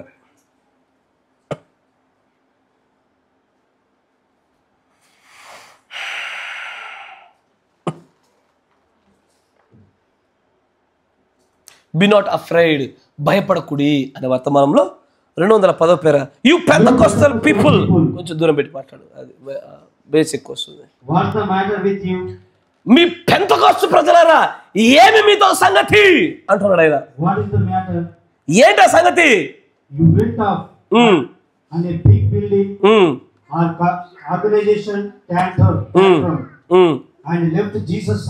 నీవు ఆ గొప్ప భవనాల్లోంచి ఆ భక్తిలోంచి యేసుక్రీస్తులోంచి ఎందుకు బయట తొలగిపోయావు అంటున్నాడు ఆయన. నీవు ఆ పాతకాలంలో దొరికేటువంటి పాపాన్ని ఖండించేటువంటి బోధకుని వెతుక్కోవలసిన నీవు సత్యాన్ని సత్యంగా బోధించేటువంటి కాపర్ని పెట్టుకోవాల్సిన నీవు ఒక ఆడంగితనం కలిగిన ఒక బోధకుని ఎందుకు పెట్టుకుంటున్నావు? అతడు వస్తాడు ఏదో ఒక వైద్యశాల, ఏదో ఒకటి విద్యా సంస్థల నుంచి బైబిల్ నేర్చుకుని వచ్చిన వాడు,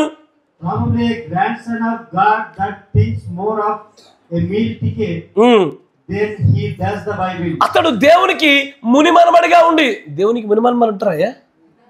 దేవుడికి కేవలం కుమారులు కుమార్తెలే ఉంటారు. ఇప్పుడు నేను దేవునికి కుమారుడు అనుకుంటున్నా, నా కొడుకు మనమడవుతాడా? కాదు కాదు, వ్యక్తిగతమైన విషయాలు. నేను ఎలాగో కొడుకునో నా కొడుకు కూడా దేవుడికి కొడుకే. కానీ పెంతెకోస్తు వారిలో కొన్ని చోట్ల నమ్మిక ఉంది. మీరు అన్నమాట అంటున్నారా? అంటే ఇప్పుడు ఈ లెక్క ప్రకారం ఏం చేయాలా? ఇప్పుడు నేను యేసుప్రభు తండ్రి అనుకుంటున్నా, ఇప్పుడు మా ఆవిడేమనాలా? మామని పిలవాలా? పెంతెకోస్తు వారి యొక్క మూర్ఖత. కరెక్టేనా? మా నాన్నగారు ఏమని పిలవాలా? వియంకులు గారు అనాలా? కరెక్టేనా? కాదా? దాన్ని ఏమంటారు? కాదు, సంబంధం ఇచ్చుకున్న వాళ్ళు ఏమంటారు? మరి నేను చెప్పింది కరెక్టే కదా? నాకు తండ్రి అవుతాడు ఆయన, మా నాన్న నాకు తండ్రి అవుతాడు. ఓహో అట్లా వచ్చినావా? Okay okay okay. మా ఆవిడ వాళ్ళ తండ్రికి అప్పుడు ఏమవుతాడు? ఒక మూర్ఖత సంఘశాఖలో నడుస్తున్న మూర్ఖత. వాళ్ళు అంటారు దేవుడికి అయ్యా మునిమన్మలు మనమరాలు ఉండరు, అమ్మాయి అబ్బాయి కొడుకు కూతురు అవే ఉంటాయి. కానీ ఆయన అంటాడు ఒక ఆనంగితనంగా ఒక కాపురు వస్తాడు, అతడు వచ్చి ఏం చేస్తాడు? ఒక ముని మనమడి వాళ్ళే ఉంటూ అతడు కేవలము తిండిని గూర్చి అధికంగా ఆలోచిస్తాడు బైబిల్ కంటే ఎక్కువగా. కరెక్టేనా? ఈ రోజున పాపాన్ని గట్టిగా ఖండించడం. ఎందుకంటే గట్టి ఖండించమనుకో దశమా ఎగిరిపోతుంది. కరెక్టేనా? దశమాలు ఎగిరిపోతే అని భయపడతారు.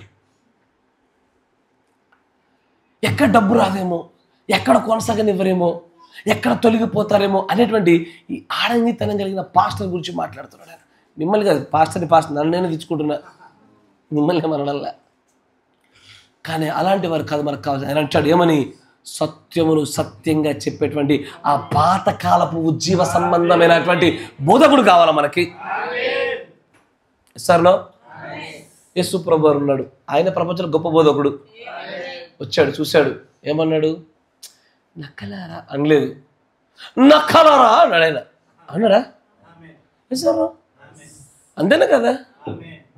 ఆయన ఎక్కడ ప్రేమ చూపాడు అక్కడ ప్రేమ చూపాడు, ఎక్కడ గద్దించాలి అక్కడ గద్దించాడు, ఎక్కడ బల్లిసిరేయాలి అక్కడ బల్లిసిరేసాడు. ఎస్ఆర్నో? యేసు ప్రభువే మన మాదిరి. తప్పు చేస్తున్నప్పుడు ఒకవేళ నీ కాపరు అలాగ నడుచుకోవట్లేదా, నువ్వు బాధపడాలా. నీకు ఒక అడగి తినగల కాపరు ఉన్నాడు అనుకో. ఆదరణ కలిగిన చోట నీ కాపరి ఆదరణ మాట మాట్లాడతలేడా, నీ కాపరు అడంగి తినగలిగిన కాపరే. కరెక్టేనా? Praise the Lord. యేసు ప్రభు వారు ఎలాగో నడుచుకున్నారు అలాగే నడుచుకోవాలి. మందిర పవిత్రతను తన తండ్రిని గూర్చిన ఇంటిని గూర్చిన ఆసక్తి భక్షించున్న ఆయన మందిరములో అడ్డమైనటువంటి రూకలు మారుస్తున్నప్పుడు బల్లలిసిరేశాడు. ఆయన అదే పద్ధతిలో కొనసాగాల. Praise the Lord. ఇంకొంచెం ముందుకు చదవండి. దానిని గురించి ఆ ఆడంగితనం కలిగినటువంటి ఆ కాపరి, ఆ బోధకుడు ఎప్పటికీ సత్యాన్ని చెప్పడు. ఈ రోజున మనకు ఎలాంటి పురుషులు కావాలంటే ఎలాంటి వాళ్ళంటే ఆ సువార్తను దైవశక్తితో బోధించి దాన్ని దైవశక్తితోనే ముందుకు తీసుకెళ్ళగల వాళ్ళు కావాలా. తర్వాత సత్యాన్ని చెప్పాలా. ఏంటది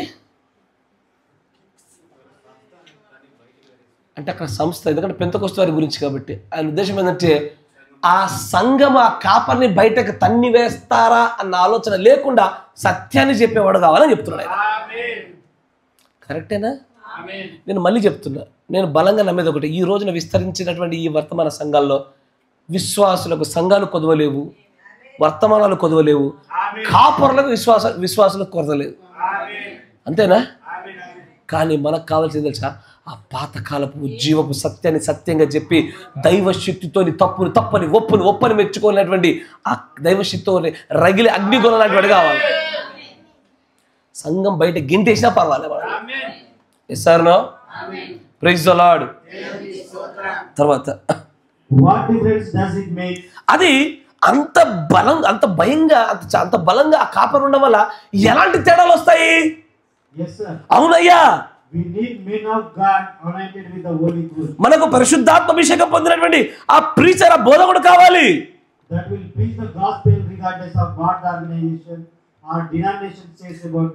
అతడు తనకంటే ముందున పాస్టర్ ఏం చెప్పాడా, తనకంటే ముందున్నటువంటి సంఘశాఖ ఏం చెప్పిందా, ఆ గుంపు ఏం చెప్తుందా, దాంతో సంబంధం లేకుండా సత్యంగా చెప్పేవాడు కావాలా.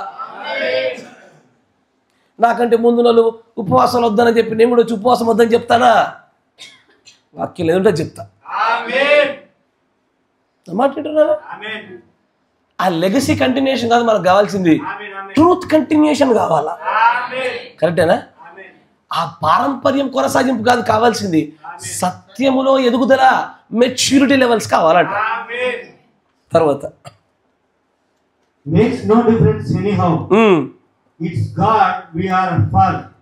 ఆమేన్ ఆమేన్. అయ్యా ఇంక మరి చాలా చోట్ల ఉన్నాయి కానీ నేను ఇంకా దాని గురించి ఎక్కువ చెప్పాను. కానీ డాల్టన్ బ్రూస్ సిద్ధాంతం ఏంటంటే కాపర్లు గట్టిగా బోధించొద్దు, కాపర్లు విశ్వాసుల్ని గద్దించొద్దు అంటాడు ఆయన. కానీ అది వాక్య విషయం. 1 తిమోతి 5:20లోను ఈ వర్తమాన ప్రకారంగాను వెన్నుముక్క లేని పాస్టర్కి సూచనగా ఉన్న విషయాలు. It is a spirit of Dalton Bruce. మనకొద్దయ్యా, మనకొద్దు, ఆ ఆత్మలు మనకొద్దు. ఎన్నడూ కూడా వాటి జోలికి మనం పోకూడదు. నేనేమో దూషణకరమైన మాటలు నేనే 4ది 2007లో మే నెలలో 16వ తారీఖున డాల్టన్ బ్రూస్ ఒక వర్తమానం చెప్పాడు. 2007లో అది వీడియో రికార్డింగ్ యూట్యూబ్లో కూడా ఉంది. దానికి ఏమి ఎవిడెన్సెస్ చాలా అద్భుతంగా ఉన్నాయి. దాంట్లో ఆయన మాట్లాడుతూ ఆయన యేసు ప్రభు వారి యొక్క దైవత్వాన్ని గురించి వివరిస్తూ, ఇది 4ది జాగ్రత్తగా రాసుకోండి, దాన్ని వివరిస్తూ ఆయన అంటాడు యేసు ప్రభువులో కూడా లస్ట్ ఉన్నది అన్నాడు ఆయన. లస్ట్, LUST, లస్ట్, మోహము. నీలో నాలో ఎలాగ మోహం ఉన్నది ఆయనలో కూడా మోహం ఉందని చెప్పాడు. అది పరిశుద్ధాత్మ విరోధంగా మాట్లాడిన మాట. కానీ మనకు బైబిల్ గ్రంథంలో ఏం రాయబడుతుంది చూడండి ఒకసారి. హెబ్రీ పత్రిక 4:14 జాగ్రత్తగా గమనించాల. హెబ్రీ 4:14 చూడండి. ఆకాశ మండలం గుండా వెళ్ళిన దేవుని కుమారుడైన యేసు అను గొప్ప ప్రధాన యాజకుడు మనకు ఉన్నాడు కనుక మనం ఒప్పుకున్న దానిని గట్టిగా చేపట్టుతాము. మన ప్రధాన యాజకుడు మన బలహీనతల యందు మనతో సహానుభావము లేనివాడు కాదు. అంటే మన ప్రధాన యాజకుడు మనకి ఎలాంటి ఉన్నవో అలాంటివి ఆయనకు కూడా ఉన్నవి. కరెక్టేనా? అయితే ఏంటవి ఇప్పుడు చెప్తాడు చూడ. సమస్త విషయంలో మనవలే శోధించబడుటలో మనలాగా ఉన్నాడు గాని ఆయన పాపము లేనివాడుగా ఉండేను. పాపము లేని. అయితే ఇక్కడ ఒక విషయాన్ని గమనించాలి. శోధన అనేటువంటిది మన దేహానికి బయట కలిగేది, కరెక్టేనా? కానీ మోహం అనేది దేహంలో కలిగేది. రెండు వ్యత్యాసం గమనించారు? అని చేసి దుర్బోధ చూడండి. ఆయన ఏమంటాడంటే even the Christ had the lust but ఈ ఓవర్కమ్ అంటాడు. తర్వాత దాన్ని గెలిచాడు అంటాడు. కానీ దైవత్వంలో ఉన్నటువంటి యేసుక్రీస్తు యొక్క దేవుని యొక్క సర్వ పరిపూర్ణమైనటువంటి ఆ మూర్తిమత్వమును గురించి నన్ను మాట్లాడినటువంటి దూషణకరమైన మాట. ఆయన అంటాడు దేవునిలో కూడా మోహం ఉన్నది కానీ దాన్ని క్రీస్తు జయించాను అంటాడు. కాదు కాదు, లస్ట్ అనేది ఇదిగో శరీర కార్యములు స్పష్టమై ఉన్నవి అని చెప్పబడిన మాటల్లో లస్ట్ ఒకటి, మోహం ఒకటి. అదొక శరీర కార్యం. అది ఆయన శోధన గుండా మనలాగే సమానత్వాన్ని పొందుకున్నాడు కానీ అంతరంగంలో మాత్రము మోహం లేనివాడు ఆయన. మోహం ఎవరిలో కలుగుతుందయ్యా? అది శరీర కార్యమేగా. శరీర కార్యంలో మోహం పుట్టాలంటే దానికంటే ముందు వెనకాల ఉన్నటువంటి ఆత్మలో విచారణ జరగాల, హేతుబుద్ధి కావాలా. దానికంటే ముందున్నటువంటి ప్రాణాలు అవిశ్వాసం ఉండాలా. యేసు ప్రభుల రవ్వంత అవిశ్వాసాన్ని పట్టలేవు నువ్వు, ఎట్టి పరిస్థితుల్లో పట్టలేవు. రవ్వంత అవిశ్వాసం లేని క్రీస్తులో లాస్ట్ ఎట్లా చూపించగలుగుతావు నువ్వు? కానీ ఆయన వివరణ ఏంటంటే దేవాలయ శిఖరం పైకి తీసుకెళ్ళినప్పుడు వాడు లోకరాజ్యాలన్నీ చూపించాడు. యేసు ప్రభుకి లోకరాజ్యాలు చూపించినప్పుడు వాటి మహిమతో పాటు ధనంతో పాటు ఆయన నగ్నంగా ఉన్నటువంటి స్త్రీలను కూడా చూపించాడు అని ఆయన వివరణ. ఎగ్జాక్ట్ నేను చెప్పిన మాటలే చెప్పాడు ఆయన. సరే, ఆయన చెప్పింది నేను చెప్పా. కానీ తను చెప్పిన దాంట్లో దైవత్వం యొక్క పరిపూర్ణత యొక్క పరిశుద్ధతను తగ్గించాడు ఆయన. It's a very big mistake. శోధన అనేది దేహములకు బయట కలిగేది. Yes or no? బయట ప్రారంభమై నెమ్మది నెమ్మదిగా దేహంలోకి ఎంటర్ అవుతుంది శోధించబడుట. దాన్ని జయించుటకు కావాల్సింది ఇటు ప్రాణంలోంచి నెమ్మది నెమ్మది ఉత్పత్తి అవుతుంది. నువ్వు ఆ శోధనకు ఓడిపోతున్నావు అనుకో, ఓడిపోయబడవు అనుకో, మొదటగా ఆ ప్రాణంలోని అవిశ్వాసము, ఆత్మలో హేతుబుద్ధిలో, తర్వాత దేహంలో ఓడిపోవడం జరుగుతుంది. కానీ గెలుపు అలాగే సాగుద్ది. కానీ ఆయన అంటాడు యేసు క్రీస్తులో కూడా లస్ట్ మోహం ఉన్నది అంటాడు ఆయన. ఇది బ్లాస్ఫమీ, దైవ దూషణ అంటారు దాన్ని. తప్పది. ఎన్నేనమ్మా? 4. 5. దీనికి ఎక్కువసేపు మాట్లాడిన టైం దగ్గరకు వచ్చేసింది. ఆయన 5 ఏం మాట్లాడతారంటే తన జీవితకాలం అంతట్లో ఆయన ఎప్పుడు పరిశుద్ధాత్మ బాప్తిజం పొందుకోలేని చెప్పాడు. 18 పుస్తకాలు రాసిన దొరగారు, తనకు తను 8వ దూత అని చెప్పుకున్నటువంటి దొరసారు చెప్పుకున్నది ఏంటది? నాకు ఎప్పుడు కూడా I never felt like I received baptism holy ghost అన్నాడు ఆయన. అలాంటి పుస్తకాలు రాసి ఎందుకు? 10 మందిని చంపుడు ఎందుకు? ఇప్పటికే కొన్ని వేల ఆత్మల్ని నరకానికి తీసుకెళ్ళిపోయినాడు అబద్ధ బోధకుడు, అబద్ధ ప్రవక్త. చివరిది ఒకటి చూపిస్తాం, చివరిది. ఇప్పుడు ఇన్ని పుస్తకాలు రాశాడు, ఇంత చెప్పిన తర్వాత నార్మల్గా ఉంటాడా? విశ్వాసులందరూ ఒక చోట దగ్గర అట్టి పెట్టుకోవాలిగా. నా మాట జాగ్రత్తగా విన్నాడు. సాధారణంగా అబద్ధ కాపురులు ఏం చేస్తారు, అబద్ధ బోధకులు ఏం చేస్తారు, అబద్ధ ప్రవక్తలు ఏం చేస్తారంటే ప్రజలను భయంతో దగ్గర పెట్టుకుంటారు. నాకు ఎదురు తిరిగావా చచ్చిపోతావు, రోగాలు వస్తాయి, యాక్సిడెంట్లు అవుతాయి కదేనా? అతను చేసింది కూడా అదే, భయపెట్టి దగ్గర పెట్టుకుంటాడు.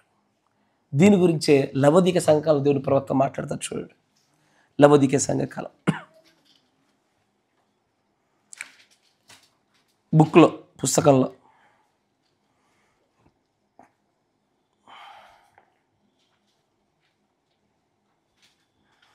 ద సెకండ్ థాట్ దట్ అని టైప్ చేయగానే వస్తుంది చూడండి. ద సెకండ్ థాట్ దట్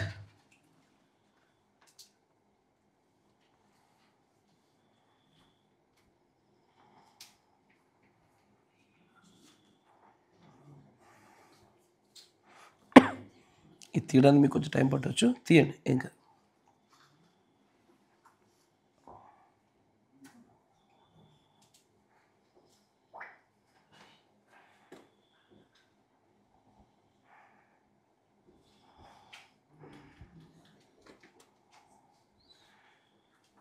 నేను చదువుతాను చూడండి.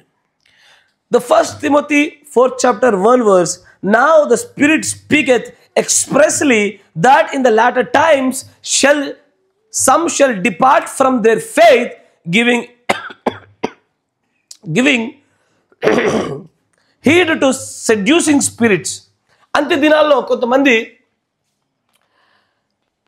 లాలన చేయనటువంటి ఆత్మలు, వారిని పడద్రోయే ఆత్మలకు తాము విశ్వాస భ్రష్టులై వారు ఆ ఆత్మలకు తాము అప్పచెప్పుకుంటారు అంటున్నాడు ఆయన.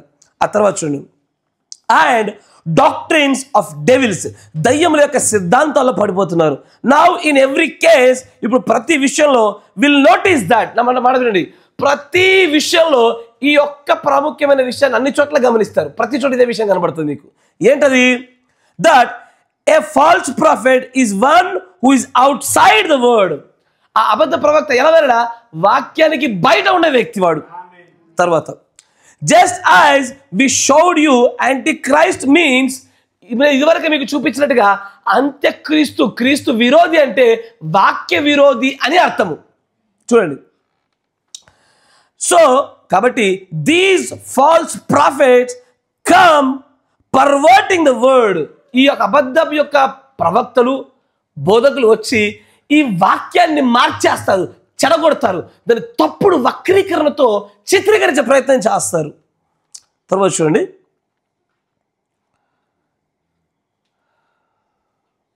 Giving it a meaning that fits their own devilish ends. ఆ వాక్యానికి ఎలాంటి అర్థాలు తీసుకొస్తారంటే తమ ఉద్దేశాలకు, తమ యొక్క దుష్టకరమైనటువంటి ఆలోచనలకు ఒదిగిపోయేలాగా వాక్యాన్ని వక్రీకరించి మాట్లాడతారు. జాగ్రత్తగా వినాల. Have you ever noticed how people who lead others astray? మీరు ఎప్పుడైనా గమనించారా? ప్రజలను తప్పుదోవ పట్టించే వాళ్ళ యొక్క నడకను చూసారా? Bind them closely to them self by fear.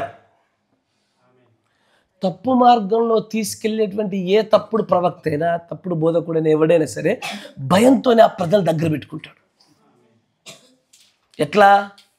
నన్ను అన్నావు కాబట్టి నీకు ఆ దెబ్బలు తగిలినాయి, నన్ను వదిలిపోయినా కాబట్టి నీకు రోగం వచ్చింది, నన్ను వదిలి చేసావు కాబట్టి నీకు సమస్య వచ్చింది, అందుకే నీకు యాక్సిడెంట్ అయింది. ఇలాంటి భయాలు చెప్పే ఇది నా మాట మంచిగా ఉండండి. నేను చెప్పిన అదే పదాలు టైప్ చేసి మీకు వర్తమానం దొరుకుద్ది. నేను మరొకసారి మాట చదువుతున్నా, చూడండి, జాగ్రత్తగా వినాలా.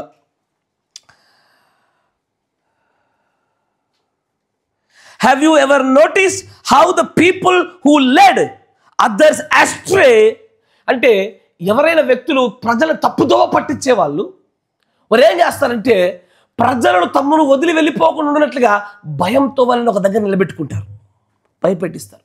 భయమే వాళ్ళ ప్రధానమైన ఆయుధం. కానీ ఒక నిజమైన బోధకు భయం అనేది ఆయుధం కాదు, భయం అనేది పునాది, దైవికమైన ప్రేమ అనేది తలరాయి. నిజమైనటువంటి దైవికమైన ప్రేమతోనే ఒక సంఘం యొక్క నిర్మాణం సంపూర్తి అవుతుంది, కానీ భయంతో సంపూర్తి అవ్వదు. ఎందుకంటే పరిపూర్ణమైన ప్రేమలో భయం ఉండదు. ఇంకా భయాలు ఉన్నాయా మనలో? పరిపూర్ణమైన ప్రేమలకు అడుగు పెట్టానట్టు మనం. ఇంకా కరెక్టేనా? నేటికి భయాలు చూపిస్తే బతుకుతున్నామా? భయపడుతూ మనం ముందుకు సాగకూడదు, దైవికమైన ప్రేమలో సాగాలి. తర్వాత చూడండి అంటాడు,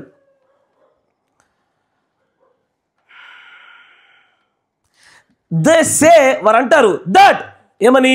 if the people don't do what they say, వారు ఏదైతే చెప్తున్నారో ప్రజలు ఒకవేళ వాళ్ళు చేయలేదనుకో, ఆర్ ఇఫ్ దే లీవ్, ఒకవేళ వారు తమను వదిలి వెళ్ళిపోయారనుకో, దెన్ డిస్ట్రక్షన్ విల్ ఫాలో. వారు చెప్పింది కనుక ఆ ప్రజలు చేయకపోతే, వారిని కనుక ఆ ప్రజలు వెంబడించకపోతే, ఆ అబద్ధ బోధకులు ఏం చెప్తారు? నాశనం మిమ్మల్ని వెంబడిస్తుంది, పొండే అంటారు వాళ్ళు. చూస్తాం మీ పిల్లలు ఎట్లా బతుకుతారో, మీరు ఎట్లా బతుకుతారో, ఎలా జీవిస్తారో అని ఇట్లాంటి భయాలు పెడతారు. ఇట్లా భయాలు పెట్టగానే ఇది వెళ్ళిపోతారు. తెల్లారు ఏదో చలికో, ఎక్కువ జామకాయలు తినో, 2 ఐస్ క్రీమ్లు ఎక్కువ నచ్చో, గట్టిగా జలుబైంది, గట్టిగా జ్వరం వచ్చింది. నెక్స్ట్ పులిపిడి దగ్గర ఏముంటుంది? నన్ను వదిలిపోయారు అందుకే జ్వరాలు వచ్చాయి. చూసిర్రా? చెప్పానా? ఇది దయ్యాల బోధలో ఉండేటువంటి వ్యక్తుల యొక్క నడవడిక. ఎవరైనా సరే మనల్ని వదిలి వెళ్ళిపోతే అక్కడ మనం కలిగి ఉండవలసిన ఆలోచన అంటే తెలుసా? ప్రత్యక్షత రాహిత్యం వల్ల జరిగింది. ప్రార్థన చేసి మరల వల్ల సాధించుకునే ప్రయత్నం చేయాలి కానీ అంతేగాని మనం వదిలిపోయారుగా నాశనం అయిపోతారు, ఇక చచ్చిపోతారు. ముఖ్యంగా ఏంటైనా మరి ఘోరంగా ఈ మాటలు ఇవి. ఇది ఈ ఒక సంఘంలోంచి ఇంకొక ఏంటైనా సంఘంలోకి వెళ్ళినా సరే అయిపోయి సంఘశాఖలు కలిసిపోయారు, చచ్చిపోయారు అని చెప్పేటువంటి మాటలతో భయపెట్టించి చంపే రకాలు. ఒక పాస్టర్ గారు అయితే మరీ ఘోరం. ఆయనే చాలా ఫేమస్ మోస్ట్ పాస్టర్ అని, తన చుట్టుపక్కల అంతకంటే గొప్ప పాస్టర్ లేడని, ఉంటే ఉండ్రు లేకపోతే లేని సంఘంలో అని చెప్పాడు ఆయన. ఉంటే ఉండ్రు లేకపోతే చెప్పడమే సంఘంలో? నువ్వు ఖచ్చితంగా ఉండి తీరాల్సిందని చెప్పాల్సింది పోయి ఉంటే ఉండ్రు లేకపోతే లేదు అంటే ఆయనకు తెలుసు ఏమని, చుట్టుపక్కల ఇంకో 100-200 కిలోమీటర్ల వరకు కూడా అంత ఆయన లాంటి ఇంకో పెద్ద ఫేమస్ పాస్టర్ ఇంకో లేడని తెలిసి భయంతో సంఘాలు కడతా ఉన్నారు. ఇదంతా అయ్యా నమ్మాట జాగ్రత్త వినాలి. ఇదంతా డాల్టన్ బ్రూస్ యొక్క స్పిరిట్ ఇది. ఆయన ఏం చెప్పాడు తెలుసా? నేను 8వ వర్తమానికి నాకు విరుద్ధంగా నడిచారనుకోండి, మీరు ఎత్తబాటులో రారని భయపెట్టించాడు ఆయన. ఈ యొక్క నన్ను దాటి మీరు బయటకు వెళ్తే ఈ వర్తమానం మీకు మళ్ళీ దొరకదు, వేరే వాళ్ళు తప్పు చెప్తున్నారు అనే వృత్తిలో అందరిని తప్పుగా చూపించాడు. ఎవరెవరిని? విందయాల్ గారిని తప్పన్నాడు, రాన్ మిలేవ గారిని తప్పన్నాడు. అంటే వీళ్ళందరూ కూడా చాలా ఫేమస్ అన్నట్టు, చాలా పెద్ద పాస్టర్లు, ఇంటర్నేషనల్ స్పీకర్స్.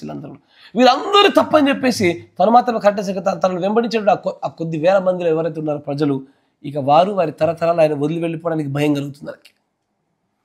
అంటే వదిలితే మళ్ళీ ఏమైనా అవుతుందేమో, మాకు వదిలితే మళ్ళీ మాకైనా కష్టం వస్తుందో నష్టం వస్తుందేమో. ఉన్నప్పుడు రాలే కష్టాలు నష్టాలు ఎల్లప్పుడూ వస్తాయి.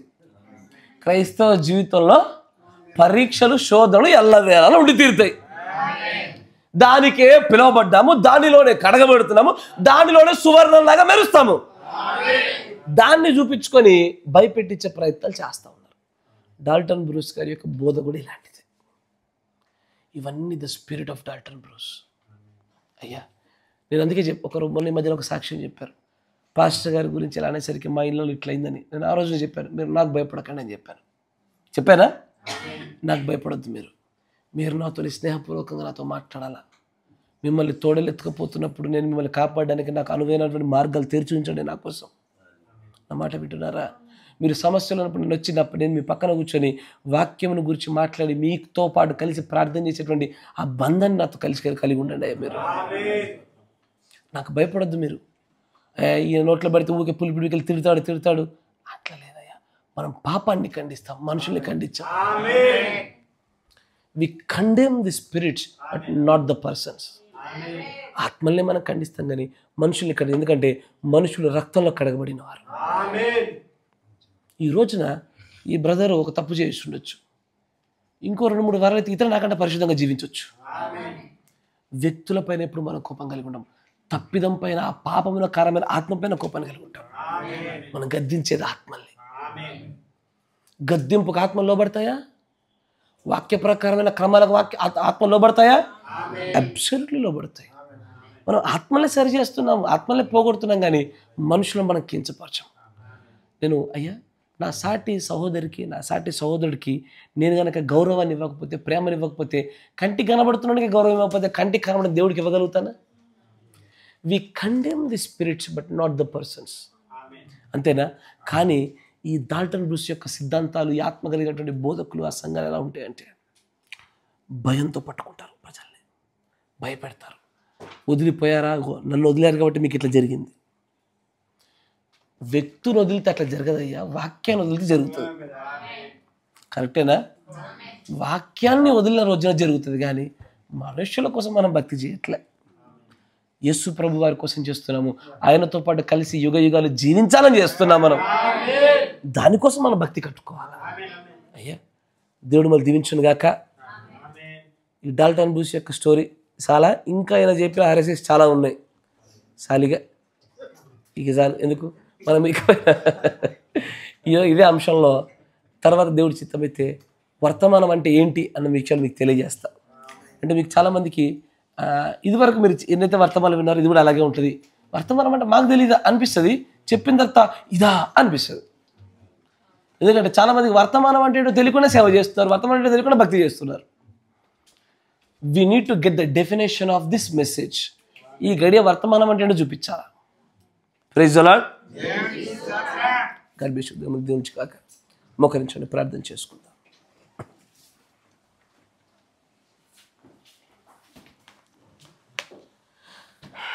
మన మధ్యలో ఉన్నటువంటి సహోదరులు సమీర్ బ్రదర్ గారు చిన్న ప్రార్థన చేస్తారు. చెప్పబడిన వాక్యమును బట్టి, మనందరికీ కలుగజేయబడుతున్నటువంటి కనుల తెరవబాటును బట్టి, అనేకమైన విషయాలను బట్టి కూడా మనం ప్రార్థన చేద్దాం. అనారోగ్యంతో బాధపడుతున్న వారు ఎవరైనా సరే వారందరి గురించి ప్రార్థన చేద్దాం. మనం బ్లెస్సీకి పూర్తి స్థాయిలో స్వస్థత కలుగులాగిన, జాషువా సహోదరుడికి అంబ్లికల్ హెర్నియా పూర్తిగా నయమవులాగిన, అంతేకాకుండా పిల్లలు చాలామంది దగ్గులు జలుబులతో బాధపడుతూ ఉన్నారు, వారందరికీ విడుదల కలుగులాగిన ప్రార్థన చేద్దాము. ఈ సంఘం యొక్క నిర్మాణ విషయాలు కూడా ప్రభు కృప చూపులాగిన ప్రార్థన చేద్దాం. స్తోత్రం స్తోత్రం.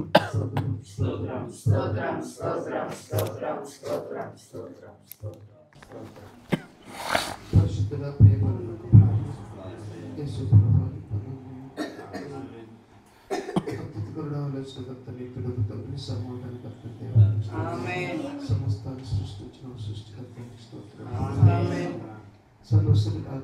దేవుడు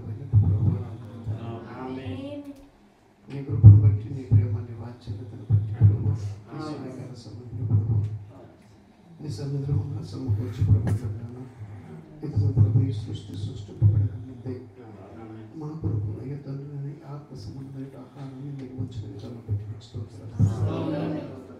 అయ్యా పరమ తండ్రి సుప్రభావిస్తూ ఎన్నో బలంకరమైన శక్తి కార్యక్రమం ప్రభు ఇదిగో ఈ పరిశుద్ధాత్మ ద్వారా ప్రభుత్వం మీరు ఇచ్చినటువంటి ఈ సమయం బట్టి గడియను బట్టి స్తోత్రం దయగల రాజని పొంది ఇదిగో ప్రభుత్వం నీ కాలనీకి పెట్టి వర్తమానం ప్రభు అయితే అది ఏమైందో ప్రభుత్వం మాత్రం నేను మాట్లాడాను స్తోత్రాలు.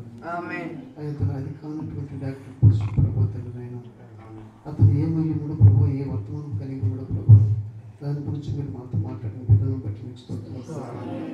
ఇదిగో ప్రభు ఇది అయ్యతను అది గ్రహించడానికి మాకు సహాయం చేయాలి. ప్రభు మేము మాట్లాడే స్థితిలో పడిపోకుండా ఇదివరకు నాడు ప్రభుత్వ స్త్రీలను కాపాడినటువంటి దేవుడు పడిపోకుండా మాకు సహాయం చేయాలి. అయ్యా మమ్మల్ని ఎవరు రక్షించడు కానీ ప్రభు ఇదిగో దేవుడు అయిన నీవు ప్రభుత్వం రక్షించుకోవడం స్తోత్రాలు తండ్రి. దయగల తండ్రి నాకు ఇదిగో ప్రభు అతను అన్నాడు ప్రభు 4 రకాలుగా ప్రభుత్వం బోధకుడు ఎలాగుండాలి ప్రభుత్వం నాయన, ఇదిగో విశ్వాస పట్ల ఎలాగుండాలి ప్రభుత్వం మీరు మాతో మాట్లాడారు నాయన స్తోత్రాలు. అయ్యా మేము ప్రభుత్వం ఇదిగో నీ సత్యమైన వాక్యము దైవం యొక్క శక్తి ద్వారా వచ్చేటువంటిదే ప్రభుత్వం మమ్మల్ని చేయాల్సిందే వాక్యం మాకు కావాలి నాయన. దాని కొరకు మేము ప్రభుత్వం ఎంతైనా ఏమైనా చేయడానికి సహాయం చేయాలి. అయినా మేము అయ్యా మాకు మీరు కావాలి ప్రభు, దానికి ఏది ఎడ్డు రాకుండా ప్రభుత్వం సహాయం చేయాలి. ఏది ఎడ్డొచ్చినా ప్రభుత్వాన్ని తీసేసుకుని భాగ్యం మాకు అనుగ్రహించాలి. తెలుగు రాజుని లోక ప్రభుత్వం నేను ఏది శాశ్వతమైనది కాదు ప్రభు, శాశ్వతమైనది ఒకటి మా ముందొచ్చా ప్రభు, దాన్ని పొందుకుని భాగ్యం మాకు అనుగ్రహించాలి. తండ్రి సుప్రభానికి స్తోత్రం. మీరు తప్ప మాకు ఈ లోకంలో ఏది అవుతుంది ఆయన, మీరే నిజమైనటువంటి దేవుడిని, సత్యస్వరూపమైనటువంటి దేవానికి స్తోత్రం. ఇదిగో మీరు మమ్మల్ని నడిపించండి ప్రభు, మీరు మాకు కావాలి తండ్రి, మీరేమి నడిపిస్తారో మాకు తెలియదు ప్రభు. ఇదిగో మీ కుమారులుగా మీ కుమార్తెలుగా మీ బ్రతకాలని మేము ఆశపడుతున్నాం తండ్రి. అయ్యా దానికి మేము ఏదైనా ప్రభు నన్ను చేయడానికి సహాయం చేయాలి. ఇదిగో మీ సత్యమైన వాక్యం ప్రభు అయ్యా తండ్రి ఏది చెబుతుందో అది ఏనులాగా మాకు సహాయం చేయాలి. దయగల మీ బలహీనులను మట్టితో చేయబట్టి వాళ్ళం, దుమ్ము లాంటి వాళ్ళం, దూరి లాంటి వాళ్ళం ప్రభు, పడి చెడిపోయినటువంటి వాళ్ళం ప్రభు. ఆయన మమ్మల్ని క్షమించండి, మండించండి ప్రభు. ఎప్పుడు మీరు స్తంభాలుగా ప్రభుత్వం నిలబడి భాగ్యం మాకు అనుగ్రహించండి. సత్యం కొరకు ప్రభుత్వం అనేకులు హతసాక్షులు ఉన్నటువంటి వాళ్ళ ప్రభు దయగలుగుతుంది వాళ్ళందరినీ ప్రభు వారికి మేము గొప్ప వాళ్ళకి కానుగాని ప్రభు నిలబడే శక్తిని మాకు అనుగ్రహించండి. దయగల రాజు అయ్యా తను మీ దాసుని ప్రియ సహోదరుని నిలబెట్టుకుని ప్రభు ఇదిగో రచతను మీరు మాతో మాట్లాడి అయ్యా తను విశ్వసిస్తున్నాం తండ్రి. దయతని ఇంకొన్ని ప్రభు లోతైనటువంటి విషయాలు ప్రభు మాతో పంచుకోలేకున్న సమయాన్ని అనుభవించుకుని ప్రార్థన సహాయం ప్రభు తండ్రి. ఇదిగో అక్కడ నుంచి వచ్చినటువంటిది అయ్యా తను సీసీ బోధ ఉండకుండా ప్రభు ఇదిగో రచతలు సర్వశక్తి సర్వోన్నతుడైనటువంటి శక్తితో వచ్చే మాటలు మాకు కావాలి. చేయండి. దయగల తండ్రి నాయన నీ పనులు ప్రభు మనం ప్రేమించి మా కొరకు ప్రభుత్వం అనేది అనేకమైన విషయాలు ఇస్తున్నట్లు తండ్రి నీకు స్తోత్రాలు ప్రభావ. వాటిని పొందుకొని వాటి ప్రకారం బ్రతుకులకు మాకు సహాయం చేయండి. అయ్యా మమ్మల్ని స్థిరపరచండి ప్రభు. అయ్యా కుడికి ఎడకు తుట్టిని కూడా కృప చూపండి ప్రభు. ఈ కాలానికి చేపట్టి వర్తమానం కదా ప్రభు మమ్మల్ని పరిపూర్ణమైన స్థితిని ఇచ్చేది ఉంది నాయన. అయ్యా తన అర్థం పొందుకుని భాగ్యం మాకు అనుగ్రహించండి. తండ్రి నీకు స్తోత్రాలు ముందు సమయాన్ని కూడా మీ స్వాధీనించుకుని భద్రపరిచి మీ నామానికి మీరు మహిమ తీసుకొచ్చుకోమని ప్రభు యేసుక్రీస్తు నామమున ప్రార్థన చేయించున్నాను. ఆమేన్. పరిశుద్ధుడా సర్వశక్తి సంపన్నుడా స్తోత్రం చెల్లిస్తాం ప్రభువా. ఈ గడియ వర్తమానికుడు మరియు వర్తమానం గుండా నిజంగానే సత్యమైనటువంటి బోధ, సత్యమైనటువంటి ప్రవక్తయు, అబద్ధపు బోధ, అబద్ధపు ప్రవక్త ఎలాగుంటారో వారిని ఎలాగో గుర్తుపట్టగలగాలో నాయన దుర్బోధనను ఖండించడం అనేటువంటిది తీతుకు రాసినటువంటి పత్రికలో మీరు ఖచ్చితమైన ఆజ్ఞగా దాన్ని ఎలాగో ఉంచి ఉన్నారో ఆ ఆజ్ఞ నడిపింపులోని ప్రభావ జరుగుతున్నటువంటి ఈ ఖండనలో మేము అనేకమైన విషయాలను ప్రభావ చూచినట్లుగా మా కళ్ళు తెరిచినందుకు మీకు వందనాలు దేవా. కృపగల దేవా నాయన అప్రధాన దూత శబ్దమును, దేవుని యొక్క బూరను, ఆర్భాటమును ఎలాగున వక్రీకరించినటువంటి బోధలు ఉన్నవో నాయన సంఘం యొక్క క్రమమును గురించి, నడిపించబడాల్సిన విధానం గురించి ఎలాగున తప్పుడు బోధ ఆ డాల్టన్ బ్రూస్ గారి చేత ఎలాగూ చేయబడి ఉన్నదో నేను అనేకమైన విషయాలు చూస్తూ ఉన్నాము. నేను వీటన్నిటిని మా ముందు నువ్వు ఉంచినప్పుడు ప్రభువా ఇవేవి మాలో ఉండకుండా ఉన్నట్లు మేము జాగ్రత్త పడే భాగ్యం మాకు దయచేయండి. ఏదైనా ఒక తెలిసి తెలియకుండా ఏ విషయంలోనైనా సరే ప్రభు మేము జారినట్లయితే దయచేసి ప్రభు మమ్మల్ని మన్నించండి. తెలియక చేసినటువంటి మా యొక్క తప్పిదాలను క్షమించి మరలా మమ్మల్ని నాయన గాడిలో పెట్టమని, నాయన పునఃపరిస్థితిలోనికి మరలా మమ్మల్ని పునర్నిర్మాణం చేయమని ప్రార్థిస్తున్నాం. సర్వశక్తి సంపన్నుడా, సహాయకుడా, అనేక మంది ప్రభా డాల్టన్ బ్రూస్ యొక్క సిద్ధాంతాల గురించి, ఆ తప్పుడు బోధల గురించి అవగాహన లేకుండానే నాయన అలాంటి ఒక బురద జల్లే ప్రయత్నం చేస్తూ ఉన్నారు ప్రభా. దయచేసి నాయన ఆ సహోదరులను కూడా మీరు మన్నించండి నాయన. మేము మనుషులకు విరోధంగా లేము కానీ ఆ సిద్ధాంతాలకును, ఆ యొక్క తప్పుడు యొక్క బోధలకును, ఆ ఆత్మలకే మేము విరోధంగా మాట్లాడుతున్నాము కానీ మనుషులన్నిటికీ కూడా ప్రభా నాయన మేము విరోధంగా వారితో మేము మాట్లాడాలని కానీ, మనుషుల్ని ప్రేమించకపోతే ప్రభా నిన్ను ప్రేమించినట్టు కాదంటున్నావు కనుక అలాంటి యొక్క కార్యాన్ని మేము ఎన్నటికీ చేయలేము నాయన. దయచేసి ప్రభా ఈ సంఘముని ఇంకనూ మీరు కట్టమని ప్రార్థిస్తూ ఉన్నాము. ఇంకనూ కూడా తండ్రి ప్రభా నాయన ఆ యొక్క దుష్ట సంబంధుడు అనేక రీతులుగా దీన్ని విచ్ఛిన్నం చేయడానికి అనేక ప్రయత్నాలు చేస్తూ ఉన్నాడు. కానీ ప్రభా నాయన సహాయం దయచేయము. ఈ సంఘాన్ని ప్రభా మనుష్యుడిగా నేను దీన్ని కట్టలేను, నా వలన ఈ సంఘం నడిపించబడదు కానీ పరిశుద్ధాత్ముడా ఈ సంఘాన్ని కొన్నది నీవు, కట్టుకున్నవాడవు నీవు, కొనసాగించుచున్నవాడవు, కొనసాగించవలసిన వాడవు నీవే నాయన. విశ్వాసులు మారుతారు కానీ, కాపర్లు మారుతారు కానీ నీవెన్నటికీ మారకుండా నిరంతరం ఏకరీతిగా ఉండేవాడు నాయన. మేమైనా నువ్వు తొలగిపోయినా పర్వాలేదు కానీ నాయన ఈ సంఘంలో నుంచి ప్రభు నీవు మాత్రం ఎన్నటికీ నువ్వు వెళ్ళిపోకూడదు ప్రభు. నువ్వు ఎన్నటికీ ఈ స్థలంలో నీవు ఉండాలి నాయన. ఈ చిన్న సంఘమును, ఈ చిన్న గ్రామను ప్రభు నువ్వు గట్టిగా బలమైనటువంటి తీరులో వీరందరినీ ప్రభు నీ భార్యగా నీ కుడిపార్శ్వన కూర్చున్న లాగున ఇక్కడ ఒక బలమైనటువంటి వర్తమాన ప్రకటనలు జరుగులాగా సహాయం దయచు. నీ ప్రవక్త పేరెత్తిన ఆ వర్తమానాల పేరెత్తితేనే తప్పు అనేటువంటి వ్యక్తులు, కాపర్లు లేకపోలేదు. దయచేసి వారు ఇది మొదలుకొని సరిచేయబడలాగా సహాయం దయచేయండి. ఆ డాల్టన్ బ్రూస్ యొక్క ఆత్మ యొక్క ప్రభావంలోంచి వారందరూ బయటపడే భాగ్యం దయచేయండి నాయన. నాయన వారి ప్రత్యక్షత స్థాయిలు చిన్నగా ఉన్నందున వారు గ్రహించలేకపోతా ఉన్నారు. వారిని క్షమించండి, వారికి ఇంకా లోతైనటువంటి అవగాహన అనుగ్రహించండి. అంతేకాకుండా నాయన అనారోగ్యంతో బాధపడుతున్నటువంటి పిల్లలను కూడా మీరు జ్ఞాపకం చేసుకోండి. కృపగల దేవా ఎలువిని మీ చేతికి అప్పగిస్తూ ఉన్నాం. ఆ కడుపులో ఏవైతే ఆ లింఫ్ నోట్స్ ఎదిగి ఉన్నాయో, ఆ కురుపులాగా మారి ఉన్నాయో వాటన్నిటి విషయంలో కూడా ప్రభువైనా మీరు సహాయం దయచేయండి. కుమారుడు తరచుగా కడుపు నొప్పితో బాధపడుచుండగా నాయన ఆ కారణమును మాకు ఈ దినమును మీరు బయలుపరిచినారు. దాన్ని బట్టి మీ కృతజ్ఞతాస్తుతులు చెల్లిస్తూ ఉన్నాము. ప్రభువైన యేసుక్రీస్తు నామములో కుమారుడికి సంపూర్ణ స్వస్థత అనుగ్రహించబడును గాక. అదేవిధంగా జాషువా సహోదరుని కూడా మీ చేతికి అప్పగిస్తూ ఉన్నాము. ఆ హెర్నియా విషయంలో కూడా మీరు తోడుగా ఉండండి నాయన. దానికి కారణమైనటువంటి ఆత్మను, దాని కారణమును, దాని ప్రభావమును ప్రభువైన యేసుక్రీస్తు నామములో గద్దిస్తున్నాము. ప్రవళిక సహోదరి, క్రిస్టినా సహోదరి నీల నాయన వారందరి విషయాల్లో, వారిరువురి విషయాల్లో ప్రభువా నీ కరుణను, నీ కారుణ్యమును కోరుతా ఉన్నాం నాయన. ప్రభువా అనేకుల గర్భాలు మూయబడినప్పుడు తెరచి ఉన్నటువంటి దేవుడవు. అది ముయుటైనను తెరుచుటైనను అన్నిటికీ అధికారం కలిగిన వాడవై ఉన్నావు. కానీ ప్రభువా, మేము మొరపెడతా ఉన్నాము, పలుకుతా ఉన్నాము. నీ యొద్ద నుంచి మేము ఖచ్చితమైనటువంటి ఆ ఫలాన్ని మేము పొందుకుంటామని కూడా ఆశిస్తూ ఉన్నాము. ప్రభువు అయిన యేసుక్రీస్తు నామంలో వారి గర్భములు తెరవబడును గాక. మీరు కనికరం చూపండి, శక్తిని, బలాన్ని అనుగ్రహించండి. నీ మహిమ చేత ప్రభు అన్ని విషయాల్లో తోడుగొండి, సహాయం దయచేయండి. కృపగల దేవనాయన, ఈ సంఘంను మరింతగా బలపరచమని, ఆత్మీయతలో, ఆత్మ వలన కలిగేటువంటి ఐక్యతలో, బంధంలో మేమందరం ముందుకు కొనసాగే భాగ్యం దయచేయండి. వ్యక్తిగతమైనటువంటి అభివృద్ధి, కుటుంబం యొక్క అభివృద్ధి, సంఘం యొక్క అభివృద్ధి, అన్ని విషయాల్లో తోడుగొండి, సహాయం దయచేయండి.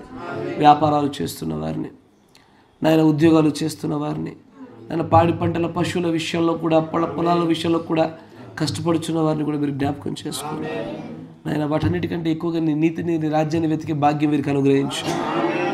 నీ చిత్తం ఏమై ఉన్నదో దాన్ని గ్రహిస్తూ అలాగున ముందుకు నడిచే భాగ్యం వీరికి దయచేయండి నాయన. మాకు మేము గొప్పవారమని, జ్ఞానవంతులమని మేము ఎన్నడూ అనుకునట్లేదు నాయన. నాయన, మా జ్ఞానం ఎంత, జ్ఞానుల యొక్క జ్ఞానమును, వారి యొక్క తెలివిని అంతటి కూడా ప్రభువు నిరుత్తరులుగా చేసేటువంటి దేవుడవు నీవు నాయన. దీనత్వంతో నిన్ను చేరుకొని చుండగా నీలో మేమందరం ఎదిగే భాగ్యం మాకు దయచేయండి ప్రభు. ఈ సంఘం యొక్క భౌతిక నిర్మాణాల్లో కూడా మీరు తోడుగా ఉండండి నాయన. కృపగల దేవ, ఇంకా అనేకులు ప్రభు బుధవారం దినాల్లో రాలేకపోతా ఉన్నారు. వారి హృదయాలతో మీరు మాట్లాడండి నాయన. భక్తి పరులం అనుకుంటున్నాము కానీ ప్రభు నీ సన్నిధికి రాలేనటువంటి ఆ భక్తి రాహిత్య జీవితాన్ని క్షమించండి. ప్రతి ఒక్కరి అడుగుల్ని ప్రభు నీ మందిరంలోకి మీరు నడిపింపడానికి మీరు ప్రేరేపించండి నాయన. కనుకరం చూపి సహాయం తెచ్చమని, వారి తెలియక చేస్తా ఉన్న తప్పుదలను కూడా మీరు మన్నించమని ప్రభు అయిన యేసుక్రీస్తు నామములో ప్రార్థన చేయుచున్నాము. ఆమేన్, ఆమేన్, ఆమేన్. Praise the Lord. God bless you. దేవుడు మిమ్మల్ని అందరినీ దీవించును గాక.